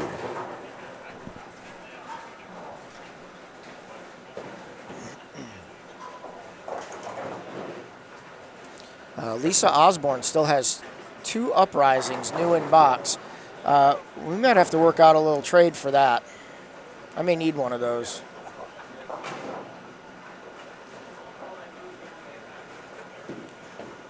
Matter of fact, I'll be up in the Akron area this coming week. Keep that in mind, Lisa. You know what's funny too is I just talked about how many great offerings there are currently in the lineup, and yet here we are reminiscing about these older balls, and my personal I guess the reason why I like to talk about these older balls is because it takes me back to a time in my life when there were good memories. Not to say there aren't now, but you always look back at things. Like, we'll look back at this event, Dave, just like we're looking back at last year's event, and we'll remember it, and we'll smile and say, hey, remember when the Seahawks, when you nudged me when they were playing the Vikings, and we laugh and we smile. Reminiscing back and reliving those moments and having things that are tied to that. Like, if you hear a song on the radio that you remember from a great moment, same thing can be said for bowling products sometimes. So just having that and being able to look at that ball or have it in your hand and say, last time I had this ball in my hand, I was 15 years old and I didn't have a worry in the world, and now here it is again. It just feels good. Yeah, I have that with a lot of, as you know, I have a pretty extensive collection of older bowling balls. Most of mine are much older, from 50s, 60s, 70s, undrilled stuff. But the one I got just about a year and a half ago, because I did not have one, was Mika Koivunemi was able to give me a black and silver matrix new in box. Really? And that's the ball I won my title with. Yep. So that kind of brought back some really cool memories, and that one obviously won't ever get drilled. That one's just for a collection. And that's the thing about all these old balls for me, that I would never drill them, because honestly, for the most part, those older technology balls, even from just 10 years ago, they don't hook on today's oil at all. So if you're thinking about getting one because you want to drill it, it's not going to be what you think it is, I promise. Yeah, put it in a glass case and show it off to your friends. Put it in your office. Dylan asked about an Excalibur. Dylan, I actually do have one undrilled Excalibur in its box still. You do? I do. That's that is part of my collection. That one I won't get rid of. And yes, Mark McDowell, that was the first Excalibur sighting on TV. I made the top 24 in that tournament, and I remember distinctively throwing a firebolt. And here's Mark McDowell just absolutely hooking circles around me with this ball that it looked like a yellow dot. The looks of it looked like a yellow dot, but it looked like somebody kicked it down the lane. So, that brings back great memories also. Matt Ogle. I see you laughing at some of the stuff in there. We got so much chat going on, I can't keep up with it right now. I know. It's pretty cool, though. I'm going to address this question. Mike, what's your opinion on Donald Trump? Really? Like, you really want to know my opinion on Donald Trump? Like, this is gonna. That one should get banned. This is not a political. What's my opinion? I wish him well, and I hope our country is great over the next 4 years under his leadership. It's a great answer. Richie Wayne, the oil pattern is 46 feet.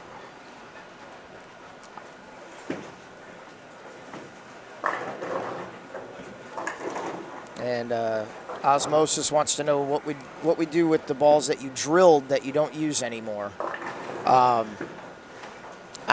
Me personally, I have about 4 or 5 of the drilled ones that sit in my trophy case because they're special to me. The rest of them, I usually throw them in the dumpster, to be honest with you. I'm going to go back to the Trump question.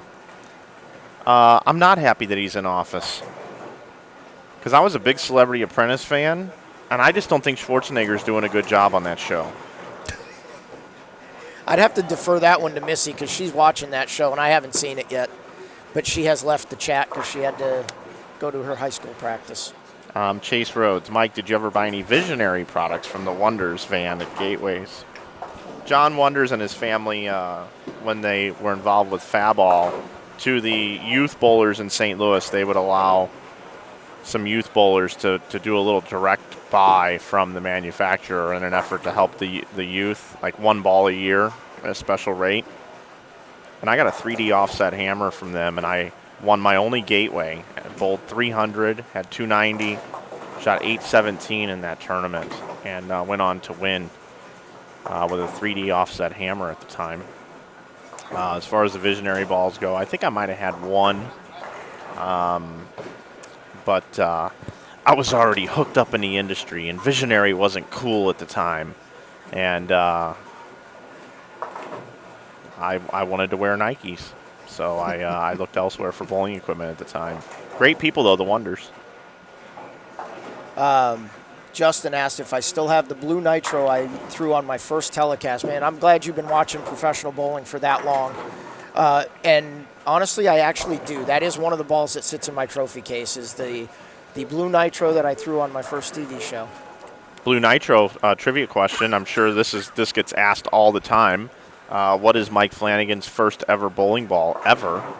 It was a blue nitro, 12 pounds, drilled conventional. Very nice. Like that.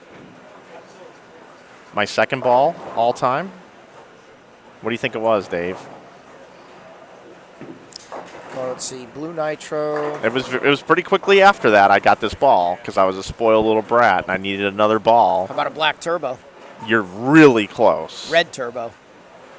You're not that close.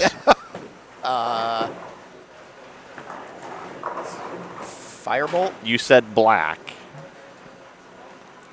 Black hammer. Nope. This is like when I say this ball name, it's kind of obscure. But think of the other brands, and it was an Ebonite International product. Now it would be Black U-Dot. close. Now that's red hot. A U2. That's still red hot. A Vector 1. Now you're getting further away. Oh, come on. Yeah. So it's a black Columbia ball from that. Yes. Yes. Came right out after the nitro. The black U-Dot came out before the nitro.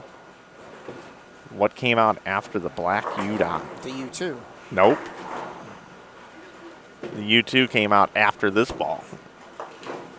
I'm stumping you good. See if somebody in the chat can get it. Me. You are killing me. I want to give you guys a hint. Pro Hook was after those balls. That was the first Columbia 300 attempt. Yeah, that was. I knew it wasn't Pro Hook. We're still in the urethane days. We haven't got to reactive yet. Yeah. Yep. This ball was black and had green engraving. It was made by Columbia 300. It's not a messenger because that was later on.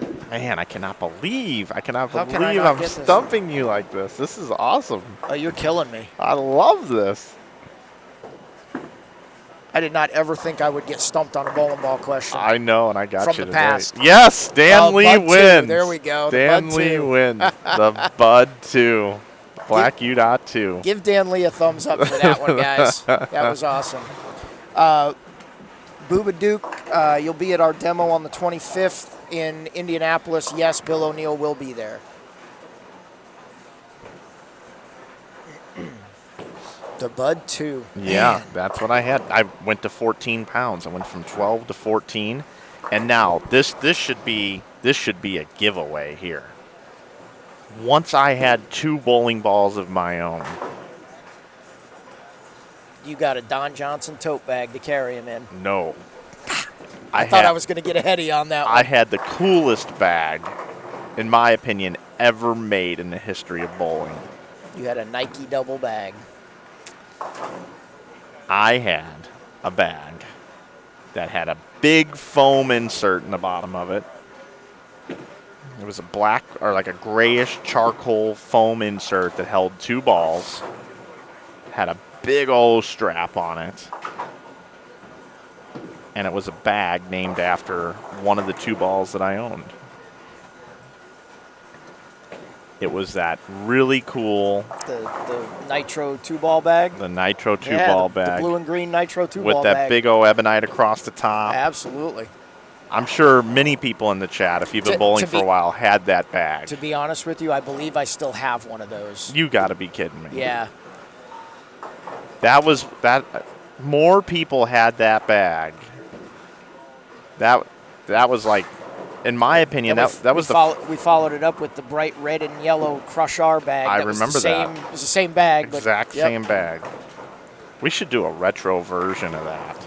Like we need some retro graphics for your live stream.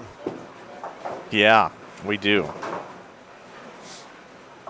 That was fun. Dylan, I'll email you guys later about Indy.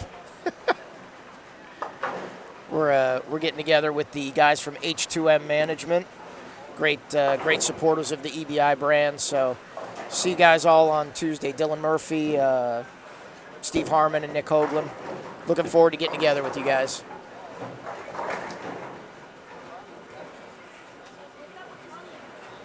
Cruising right along. We're driving down memory lane here in game number 4. Well, while you guys were all bowling, I was over defending our country. I was watching on TV. Saw your first title, Dave. Congratulations. Appreciate that, Mitch. Thanks. And big time congrats on your first national title just a month ago at the World Series. Well, I wasn't sure if the Cyborg Pearl was going to be the right ball, but it was, and a special day for sure. It was a dream. Well, we were all real happy for you. It's awesome to see somebody that's done it for so long and worked so hard at it get that first title. And hopefully it's not the last.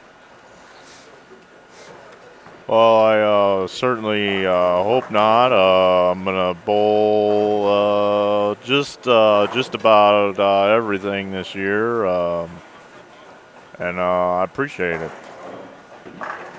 Well, good deal. Well, we'll see you out there on the road, and thanks for stopping into the booth again. No problem. Mike, I always love when Mitch shows up in our booth unannounced. Yeah, it's very cool. Yeah, it's funny. He just grabs that headset off me and gone.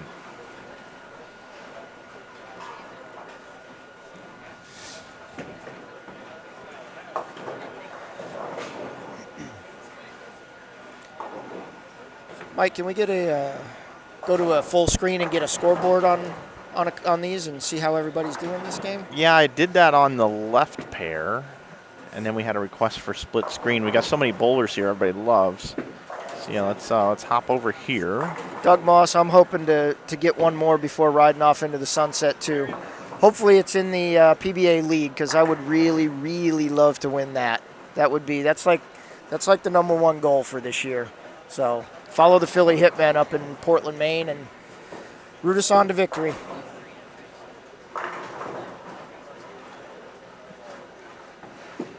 We got Chris Hester with a triple there. Now pacing into the 220s. Let's see where Chris is at right now. Chris is -10, so just 70 out. Still close. 2 games to go. Jeff Fair struggling a little bit this game. Jimmy Cook is not bowling. We mentioned earlier Jimmy Cook lost in a roll-off last night to make the top 40. So he finished 41st. Guys, sorry. Fred McGee definitely would agree with your sentiments there, sir. Definitely can't go wrong with anything right now in the track line. Thanks again for that insight. Osmosis, do you still have all your old PBA shirts? No, I have. To be honest with you, I think the only one I have from more than a few years ago is probably the one I wore when I won my title. I do still have that one.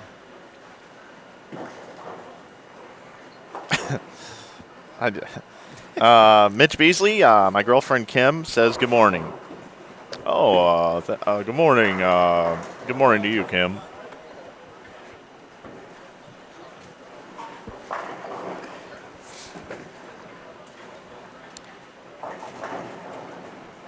We're getting a couple pairs finishing up in game 4 here.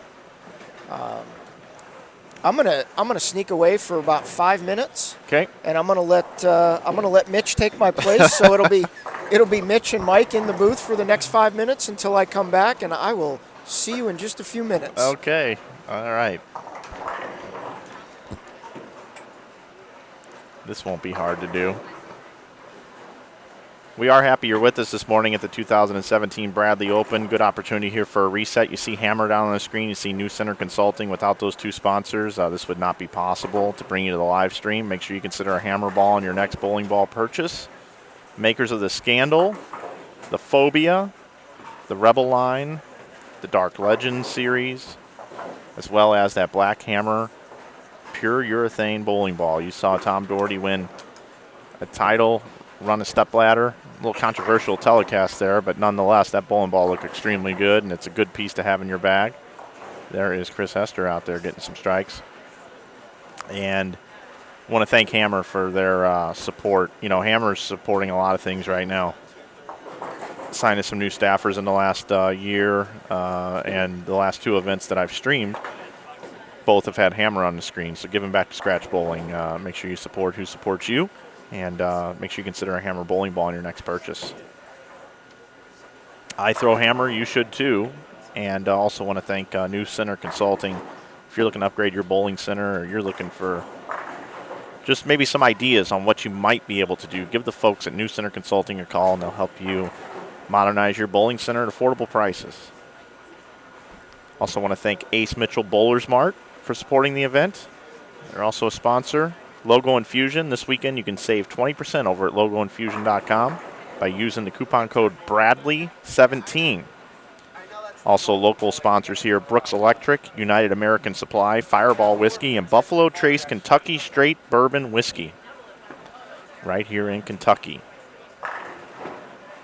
I want to thank Dave Wodka for spending time in the booth. It's always enjoyable to have somebody that speaks so clearly, so well with all the knowledge that he has while he's away for a moment. I just want to send a shout out to everybody in the chat. It's a real treat to be able to have Dave in the booth, and keep those questions coming in to Dave. He'll be more than happy to answer them for you.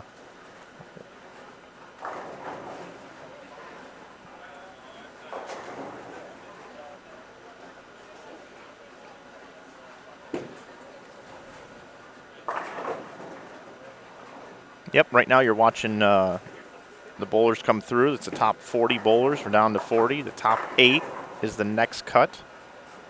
Once we get down to 8 bowlers, then it will be individual matches. The 1 seed will bowl the 8 seed, the 2 seed will bowl the 7 seed, the 3 will bowl the 6, and the 4 will bowl the 5, and a 2 out of 3 best of match.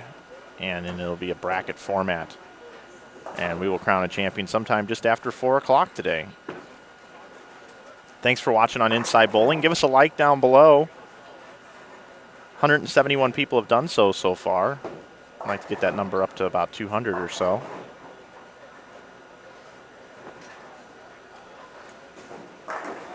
Chris Hester striking away. Heading into the 10th frame on both of our pairs. Pace is pretty consistent across the house today. Not too out of whack at all.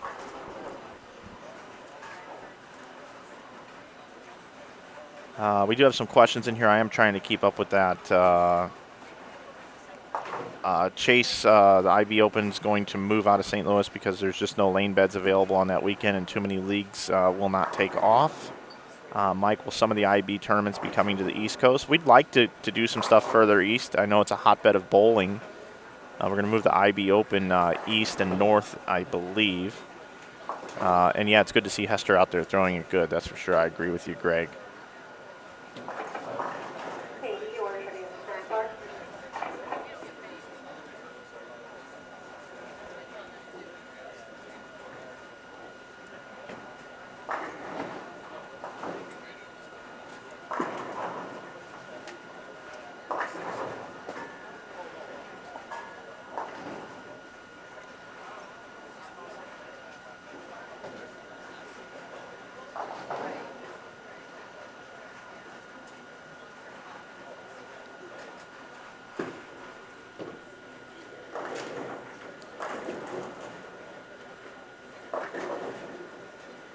No, Matt Sanders did not make the top 40. I have a question here in the chat on that.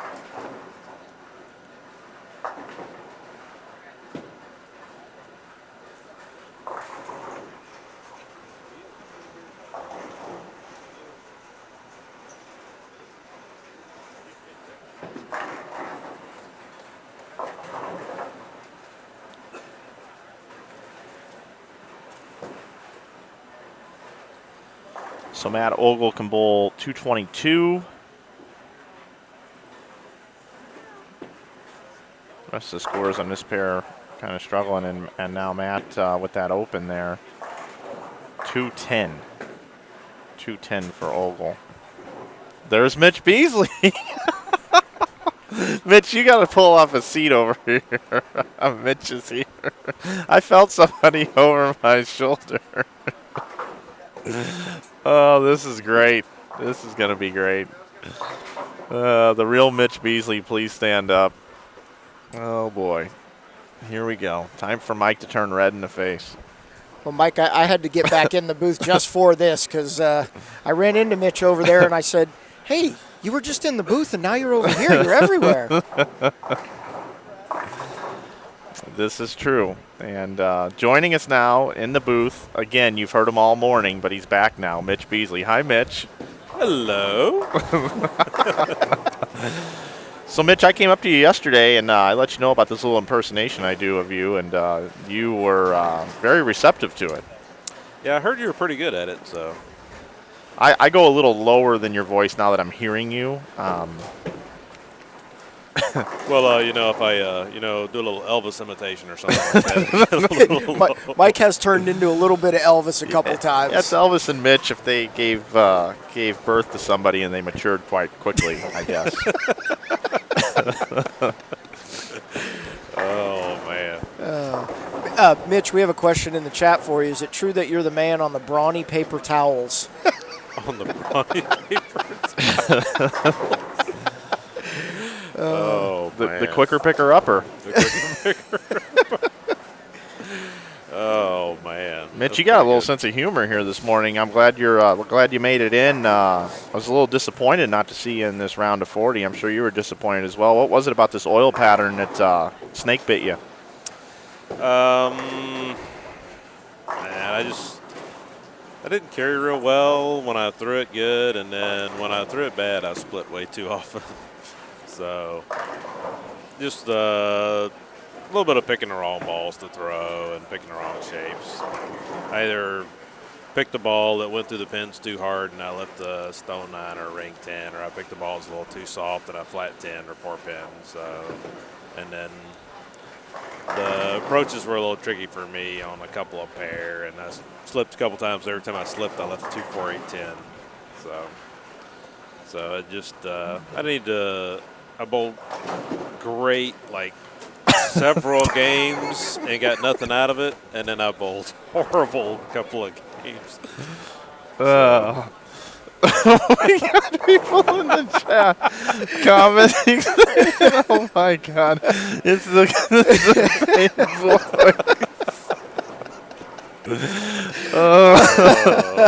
Mitch, you were becoming the most marketable person in bowling. The Mitch and Mitch show. Well, I appreciate you coming into the booth, Mitch. Yeah, they were a little tricky. I went to my Cyborg Pearl. Still had a little blue oil in it from the TV show. And Jelomar wanted me to put it in the case. It just rolls too good. So I had to bring it. I ran out of room in game 8. Anyway. Wow, it's like stereo for me. That's great. I got Mitch on each side of me. Mitch is turning red. I'm turning red. I'm embarrassed. I don't even know what to do right now. I'm so glad Oh you're my all in goodness here on the gracious. chat. I tell you Yeah. what, this little 5 minutes right here might be the most rewatched in your archives ever. full screen Oh, Hester man. here. Still not sure if real Mitch is in the booth. Has Mitch even talked yet? I'm just glad that, Mitch, you have a sense of humor about this. I explained this very, very well yesterday. Frank Caliendo is a huge John Madden fan, and he does the impersonation of John Madden. And they met each other, and it was all good in the hood. And I am a huge Mitch Beasley fan. You have supported our events. I remember the Baker doubles that we ran one year. You were there. You've bowled so much of our stuff, and you've always been just so awesome to us, and one of the good guys in bowling. I teared up a little bit covering you at the World Series when you got her done. You made every cut there. It was incredible. It was incredible to watch. Yeah, that was a lot of fun. A lot of fun, the World Series. A lot of prep work went into that, so it was. We got to get him in here. Got to get him in the booth. We'll bring him up on the screen. There we go. All right, so,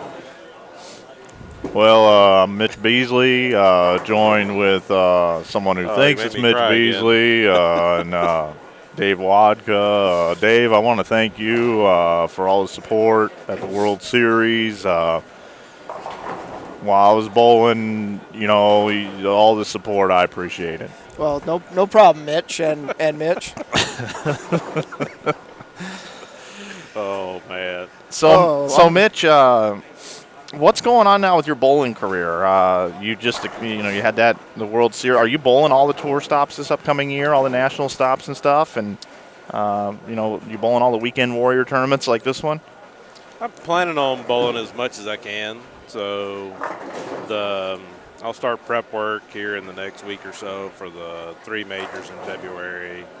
I'll be teaching the Powerhouse Pro Shop class next week, and then the next week I'll be on the West Coast doing some of the bowling seminars, and then I'll have a off week before the majors, and then I'll be bowling as many tournaments as I can throughout the year. So, but I'm definitely going to do some focusing on the 3 majors. I got a little unfinished business at the TOC. Yeah, so.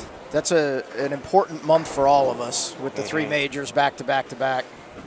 Got to be ready for that. Oh yeah. One of the big things was you weren't wearing jerseys. You were wearing just embroidered regular shirts. So when you qualified and you were the number 1 seed and you ran into Jesper with those lanes that were a little different on the right to the left transition wise. I'll leave it at that. But then you wore a jersey on TV and won. Are you going to use jerseys from now on? Yeah, I'll use jerseys on the TV show. Okay. And then some of the other times, most of the guys know when I hurt my hip and back, I just bought a bunch of brand new Gemini jerseys back then. So I had about $800 worth of jerseys, and I got to wear 2 of them once. So when they switched over to High Five when I came back, I had a bunch of jerseys I didn't have, and then the contract was they didn't know if it was going to be High Five jerseys or not, and I didn't want to, spend another $800 on jerseys and then not be able to wear those too. So I waited till Gemini redid their contract before I got any jerseys. So, and then I couldn't find any. I picked 4 or 5 designs, and they didn't work out on the shirts, so they couldn't make them and make them look good. So. Well, whatever you had at the World Series worked, and congrats again on winning that first title. That was really cool to see after so many years. Oh yeah, that was pretty awesome. So much work over the years trying to get to that point. It's very sweet to have it finally pay off. Yep. Looking forward to this year, getting back at it. Very much so. It was nice to have some good things happen. I've been on tour since 2008. I missed a year with a broken wrist and torn tendons, and then I missed 2.5 years with a hip and back injury. And now to be healthy and bowling good, it's a whole new perspective. To good have things good feeling. Yeah. Have things go in the right direction instead of the wrong direction. Right. We're getting started in Game 5 here, and we will get you a Game 4 update as we get down last game before the cut to the top 8. Chris Hester with a nice 277 in Game 4 is going to jump him up to 67 over. The cut was 61 over, so he's going to be very close, if not in. Yeah, with a game to go here. Mike, can you give us a lineup on the 2 pairs for the last game? I will. On 21 and 22, we have That's Zach Filing and Doug Aston on camera right now. Charles Easton is 21A. 21B is Doug Aston, as you said. Vern Peterson, I call him Boogie Nights. 22C. And Zach, Filing is on 22D. We saw him in the roll-off last night. Down on 27 and 28, we have Corey Gilbert and Jordan Bryant with Aaron McCarthy and Brian Wallachek. Now, Corey Gilbert made a run in the top 8 last year. Mm-hmm. He was in. And then again, I'll point out Team USA Trials champion Aaron McCarthy. Yeah, it was a huge win for her to start the year. Vernon Peterson. He is on 21 and 22, so we will get a look at him. You can see him on your split screen right now. Some folks in the chat, Mitch, say they have some recommendations for your voice. They're kind of thinking you're a little James Earl Jones or Morgan Freeman type voice, an iconic voice. They want to know if you've done Tony the Tiger. I'm going to have to work on Tony the Tiger. I'll try to bring They're it. great. I'll try to bring that in next time I come to the booth. Okay, all right, good one. Good one. I like that. Kids will probably love that too. And also, someone thinks that you should be a pilot. Yeah, I've told several times I had a voice for radio. So since I don't have the face for TV, so I have the face for radio. That's what people tell me. Oh man. Mitch, are you bowling the Coldwater Regional this year? Well, I don't know if I'm going to be able to make it out to that one. It's one of my favorites. I'm going to try everything I can to make it out there. And the real Mitch? Oh, if I could stop crying. I'm going to get it down. I will definitely be bowling Coldwater.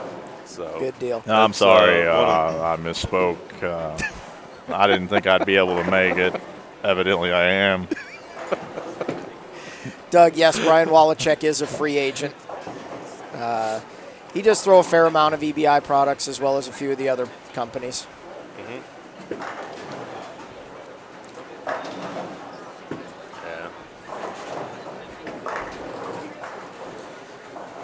There's Muffin out there with the double. Just got a little early double there, and she's been struggling a little bit this morning. I do not know what she had with Game 4. We'll get that update as quickly as possible. They've been pretty quick about bringing us a sheet. We got a couple pairs on the low end that are already in the 5th and 6th frame, but all these other pairs here just started Game 5.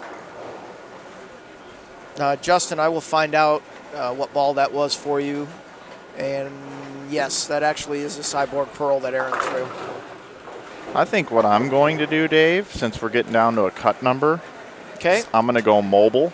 Okay. I'll let you produce. You're going to leave me to produce? Oh, yeah, boy. which are going to be these 3 here. We now have another person in the booth, Mitch, if you don't mind sticking around with us while we get through this cut. It'd be very helpful. No problem. I'll take the wireless mic with me, and we'll see if we can't get a cut score for you before it's actually announced unofficially as best as we can. Yeah. Well, and if you need anything, Dave, while I'm out and about, you just call it out and I'll go get it. Will do. We were successful at this last year, so we'll see how good we do this year at it. This wouldn't be possible without Mitch. Well, anything you need, I'm here. So is Mitch going to go out and interview Mitch now too? The Mitch and Mitch show. That's funny. The good thing about that is Mike doesn't even need you here to do that. I know. Good Lord. I'm going to get so much more TV time this year. Yeah, exactly. Exactly right. We're going to leave it on split screen for you for a few minutes. We'll get you going on all these scores. As soon as I get a 4-game update, which should be momentarily, then I will read that off to you, and then we'll move the cameras around and get you some shots that we need to keep everybody updated on getting this cut score for you. And we'll see if we can't get it early for you.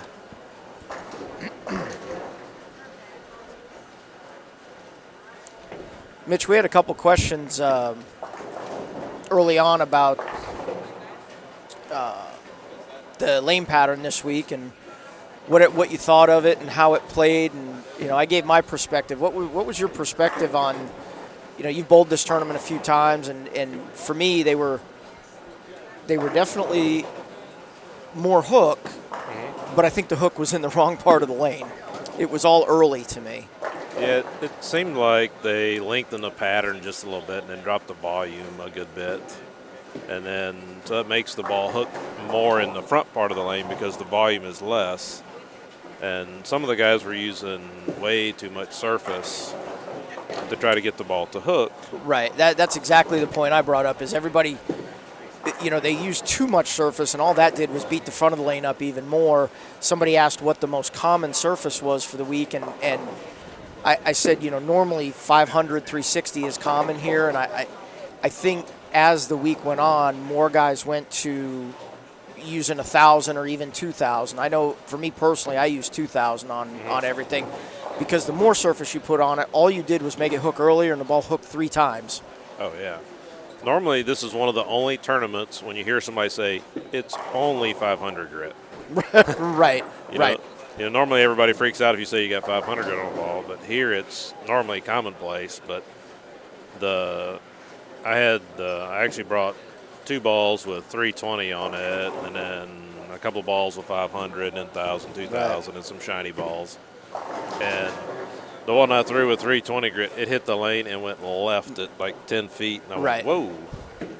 So they definitely dropped the volume. You needed I actually used shiny a good bit late in the day. I did last night. Night I used shinier stuff. Question in the chat, Dave, have you or Mitch ever bowled the Peterson? Have you bowled the Peterson? I have not. I bowled it twice, but it's been many, many years. I bowled it in 1988 and 1989, so it was still at the 35th and Archer, the original Peterson. I have not bowled it since it moved. Yeah, no, I've never bowled it. Mike Barth is in the chat. Hi, Mike. Thanks for joining us. And we got looking for that score update. We're still waiting on it. I will get that to you as quickly as I can. It should be online now. And it is online. So I'm going to run through the names real quick. The top 8, Kyle Mayberry, Graham Foss, Steve Novak, Ben Pallardy, Brian Dennis, Chris Hester, Kyle Troop. Brian Robinson is 8th at plus 52. Brian Wallachek plus 46, J.R. Raymond plus 41, Steve Taylor 31, Jeff Fair plus 20, Ken Abner plus 19. So a lot of people close. That got much closer than it was before the last game. So we're going to keep an eye on everything. We'll get you updated. Mike's out kind of roaming around. We'll get you updated as quickly as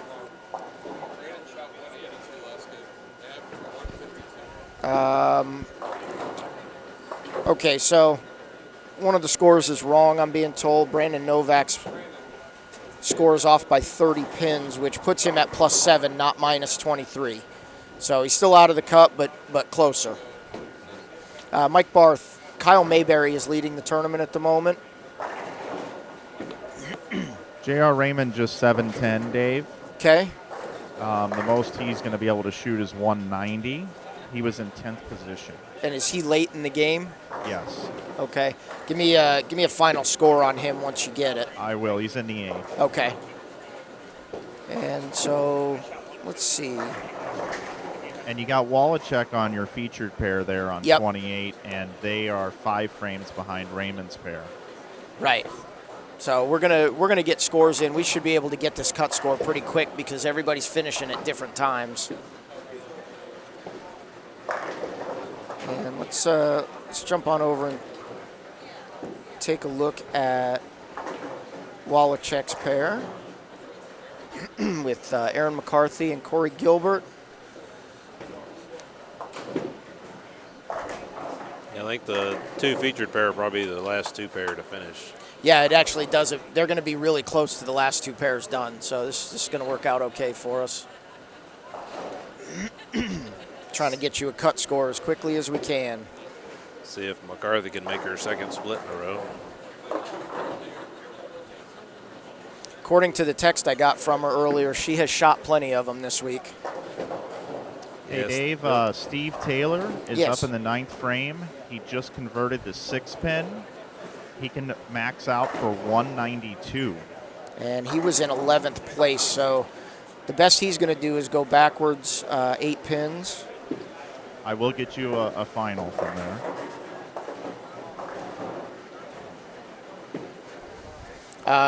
Mike, I don't know if you heard that there was an error on the score sheet. Brandon Novak should be at 1807, not 1777, just so you know. Okay. Update on Chris Vi. Chris Vi is even. It's 52 pins out of the cup. Mike, do you have an update on what Chris Vi is doing this game? He's standing right in front of me. And I don't know if he's letter B or D yet. I'll tell you in a moment. There we go. We'll put you back on split screen so we can watch both of these pairs here.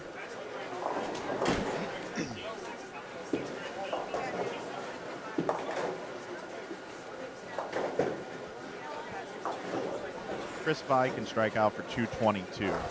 So if he strikes out, the best he can get to is plus 22.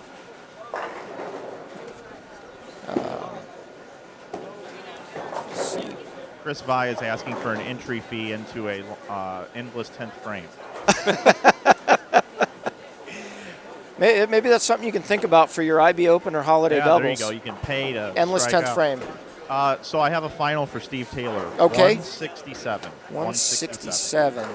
So that is going to put him at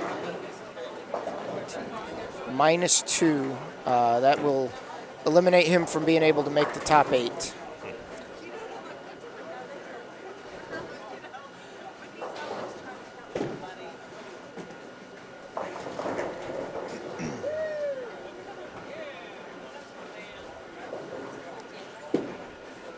And we got. I don't see a whole lot of strikes being thrown this game. I'm looking around and I don't even see a double. Well, we got a triple right here by possibly Walter Ray. Yeah, there's not many going on. But right other now. than that, there is not much going on this game. Is 9 opens bad? Doug Moss, I will get you an update on Chris Hester. He's bowling right here in front of me. He is clean through 4 frames with no doubles, and he's shooting a 10-pin in the 5th frame. Duke, Zach Carey signed on with track about a year ago.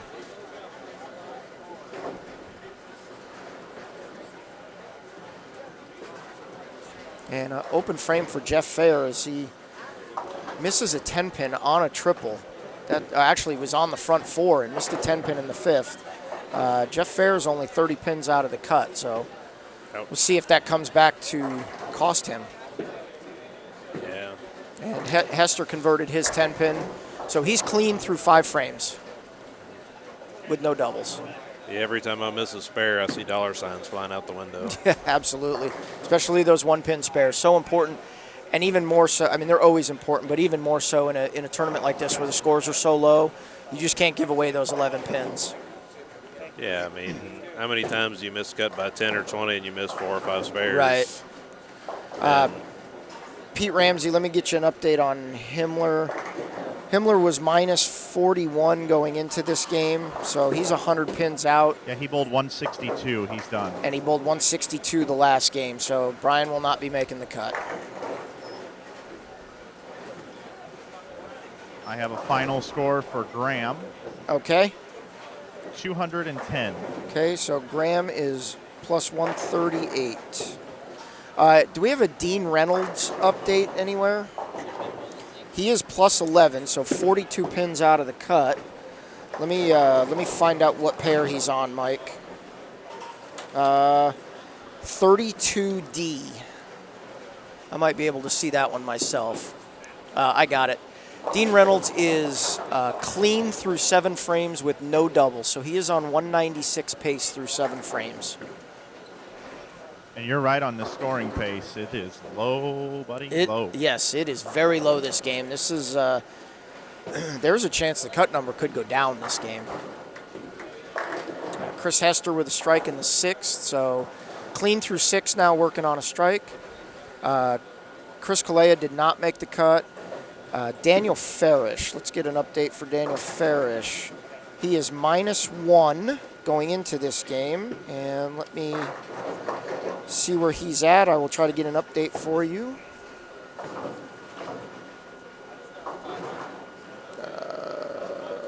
Daniel Farish, 25A. He's bowling right here in front of me.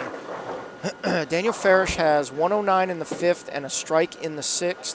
So he has a possible 259, and he's at -1. With the way the scores are this game, I believe he could probably still make the cut. What's the number right now? The number is +52. +52. Yeah, Looking 250 right now is an enormous game. Looking for a Chris Priode update. Let me get that for you. Where did he go? I just saw him.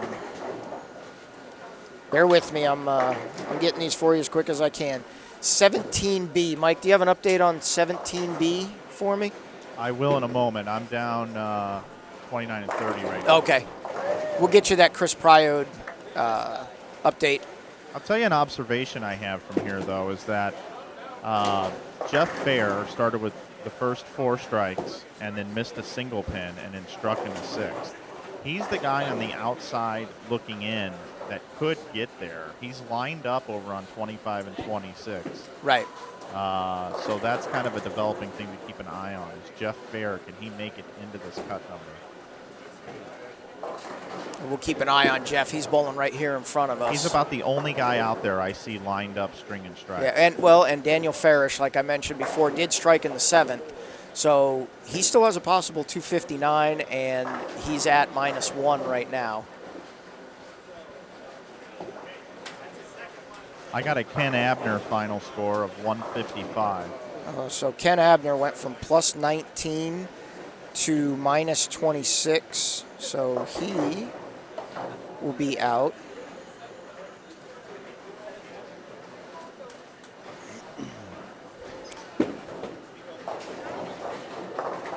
And J.R. Raymond at +41 can max in the 10th for 170. So he is going to drop backwards as well. Yeah, and you've got eyes on that scoreboard, right? Yeah, I can see that one. I'm good there. Well, I'll get a final for JR in just a second.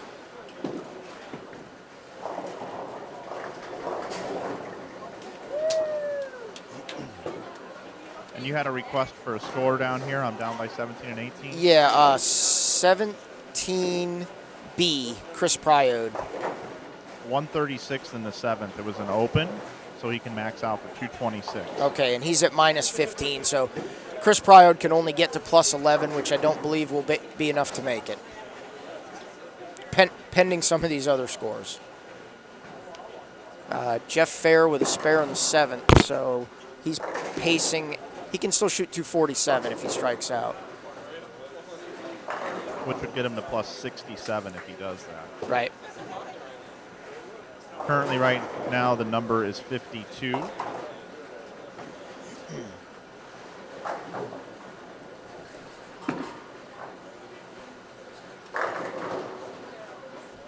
Chris Hester with a kind of a little soft 7-pin on the right lane, so got to make that to still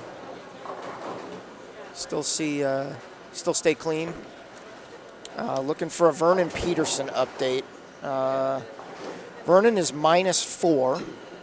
He's on one of your featured pairs right there. And yeah, let me get you. He can still max out for 237. So he can get to +40, which actually that's got a chance to make it the way the scores are going.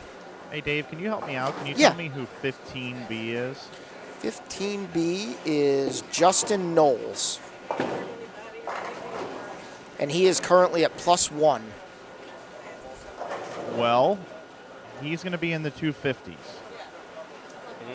Well, that is a huge game. He is doubled in the 10th frame. He has a max score of 256. He's down on 15 and 16 bowling on Chris Vai's pair. Well, that's going to be a huge game for Justin Knowles. So get me that final score, and he's going to jump himself up and have a chance to make it. Yeah, that's enormous. That's a big move. Actually, right now, 220 or 230 is a huge game.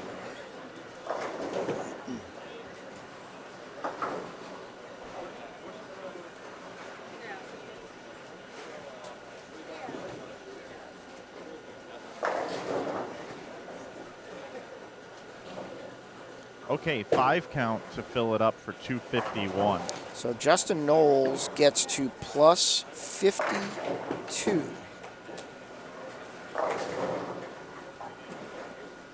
All right, I've got a developing situation here on Brian Robinson. Okay. 64 in the 5th with a spare up in the 6th. And he is currently the cut at plus 52. You've got eyes on Kyle Troop and Chris Hester in your zone. Right. Yep. Hester. Chris Hester just 710 in the 8th frame. So if he gets one of these, he will now be at a max score of 204. He is currently plus 67.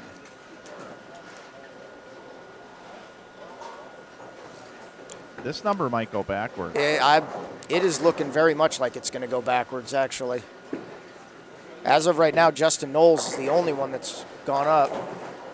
And update on Daniel Farish. Daniel Farish, who, again, was at -1, has still continued to strike. So he, going into the 9th frame, can still shoot 259 and get to plus 58.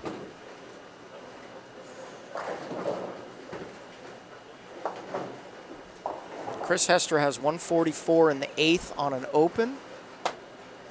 Jeff Fair struck in the 8th, still has a possible 247. Where is Brian Dennis at, Dave? Brian Dennis is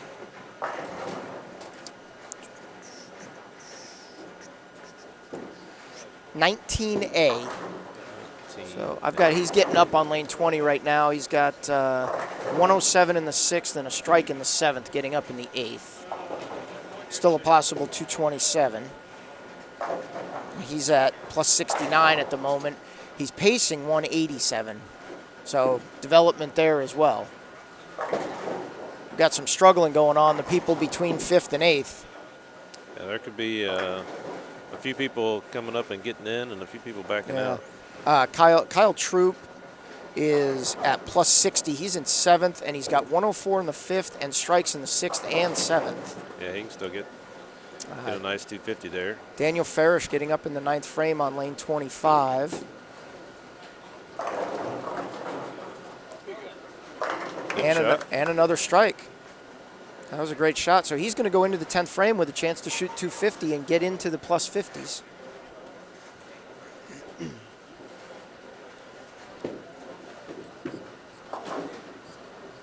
Good shot from Kyle. And Kyle Troop with another strike. So it looks like Kyle's going to be in. He's at plus 60, and he's in the 220s right now with just a couple of marks in the 9th and 10th. All right, Ben Pallardy was in 4th position. He's up in the 10th frame down here on lane 17 and 18. And with a spare, he's going to be in the 160s. And what is he shooting the 3.610? Yep. I wouldn't want to be shooting the 3.610 right now. Oh, definitely not. Yeah, he could. Greg Bumpus pointed out there could be a lot of movement this game. It is shaping up to be a ton of movement this last game. There's a lot of people that are in the top 8 that are struggling right now. Yeah, you don't want to have to shoot a 3.610 to shoot 160. No. Ben Pallardy currently at 74 over. The best he can do is 168 with a spare and a strike, which would put him at 42. So that would already put him behind Justin Knowles. And he chopped the 3 chopped straight the spare. off. So Ben Pallardy's 154. That puts him at plus 28. Man, this number could go down considerably. Steve Novak on that pair, if he strikes out, can bowl 187. And he's at plus 78 also. Ooh. He just carried a 4-pin. So Graham posted 210. Kyle Mayberry. Do we know what Kyle bowled? No. I'll ask him. Okay.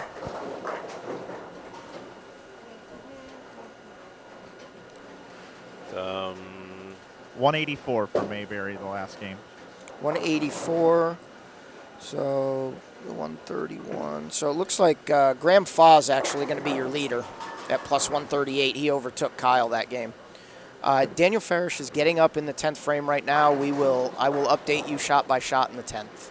Steve Novak just missed right and hit the 3-6 pocket dead in the face.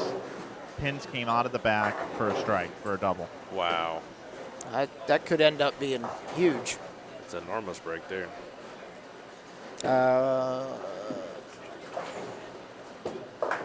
Daniel Farish has left the 310 in the 10th, so he would have to spare that and strike for 237, which would get him to plus 36 and may still be enough the way this is going. Yeah, I feel like it might be. Does anybody know what Steve Taylor shot?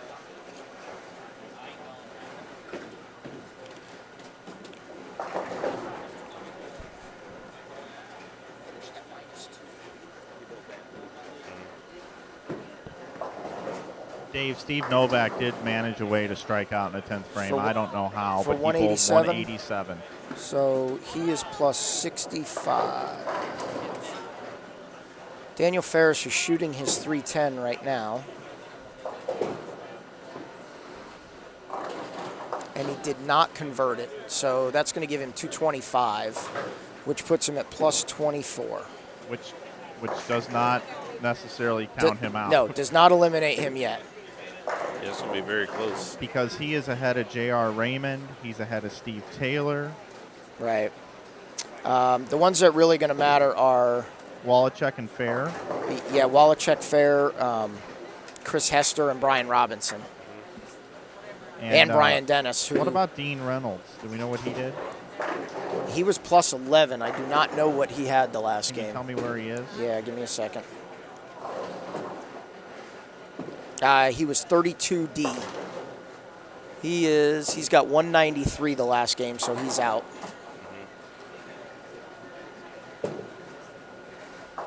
I know that Zeke Bate and Chris Vi didn't get there. Yeah, Hester's getting up in 10th, although possible 194, working on a spare if he strikes out.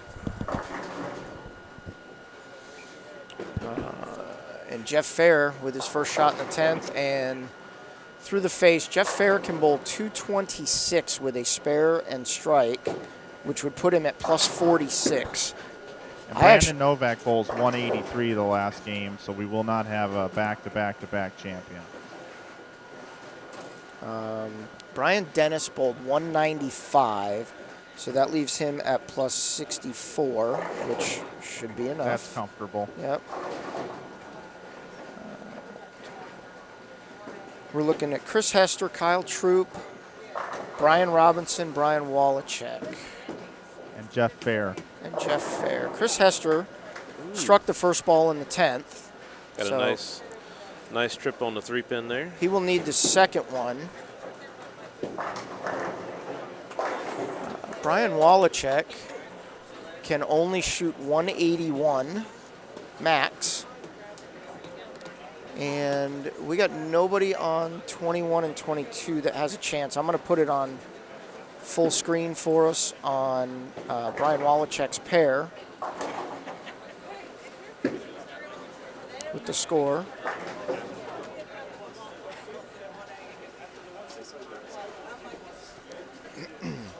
And so we're looking for Chris Hester's getting up for his second ball in the 10th and can shoot 194. The best he can be is plus 61, which I believe will be enough.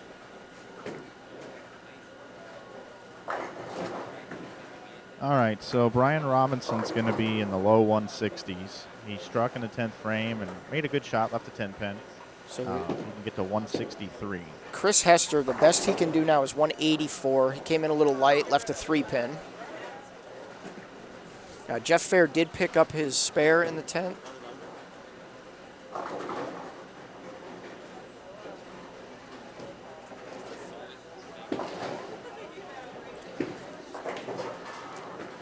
Final score for Robinson, 163. 163, which puts him at Plus 5. plus 15. Yes, you're right. Plus 15. So he's going to be out. Chris Hester has 184, which puts him at plus 51.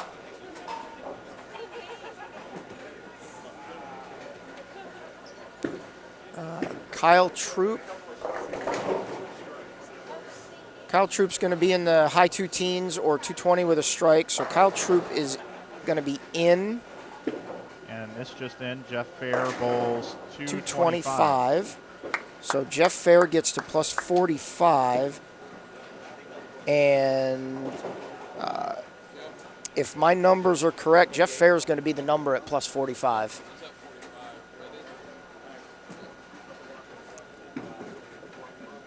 Kyle Troop finishes with 220, so he's plus 80.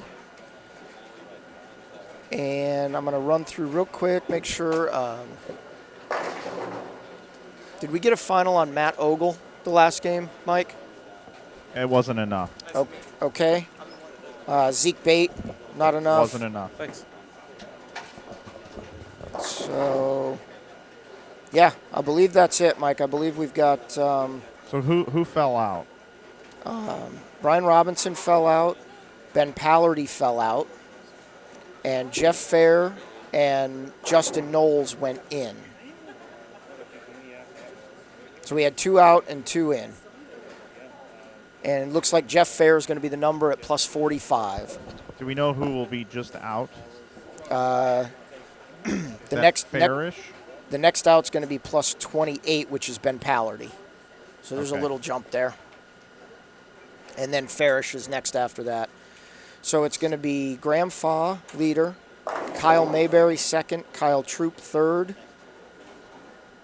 Steve Novak, fourth, Brian Dennis, fifth, Justin Knowles, sixth, Chris Hester, seventh, and Jeff Fair, eighth, is what I've got. Okay. I think that's pretty accurate. I don't think we missed anybody. Yep, I think that's good. So, good work, sideline reporter. Yeah, we pulled it together there, you guys. This is the A team right here, that's for sure.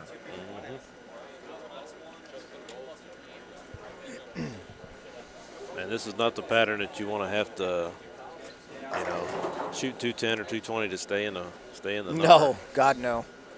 This isn't the pattern you want to shoot 180 to stay in the number. No, it's not. You need to be able to shoot 150 to stay in the number. Yeah, I struck out in the 10th yesterday for a nice 150. So, I had one of those. I had a 3 in the 10th for 163 yesterday. Mike, do we know what time the finals are going to start? Are they going to go right into them? I don't know. I would assume about 20 minutes or so. Okay. Larry asked what Fair ended up with. Jeff Fair ended up at plus 45. He is actually going to be the number. He's going to be 8th place. He will be the cut. All right, we'll bring it into the booth. Mike and Mitch and Dave. And Mitch, too. This has been fun this morning. Looking forward to calling the action here with the top 8 here in just a little bit. Mitch, thanks for coming in and joining us. you're welcome. Thanks for Anytime. having a sense of humor. Oh, it's pretty funny. I haven't cried that much in a while. And Dave, are you gonna stay for a little while longer? I'm gonna stay. I'll probably stay at least for the first round. We'll see how it goes. Okay, great. We'll take a little quick break here and get set up for the first round. We'll see you back here in a few minutes. Yeah, it is moving quick today, so appreciate everybody for being in the chat. We're going to keep the stream on. We will not break the stream today, so we will just take you out to the lanes. We'll be back in just a little bit with the top 8. It's going to be exciting. Thanks again, guys. You're welcome.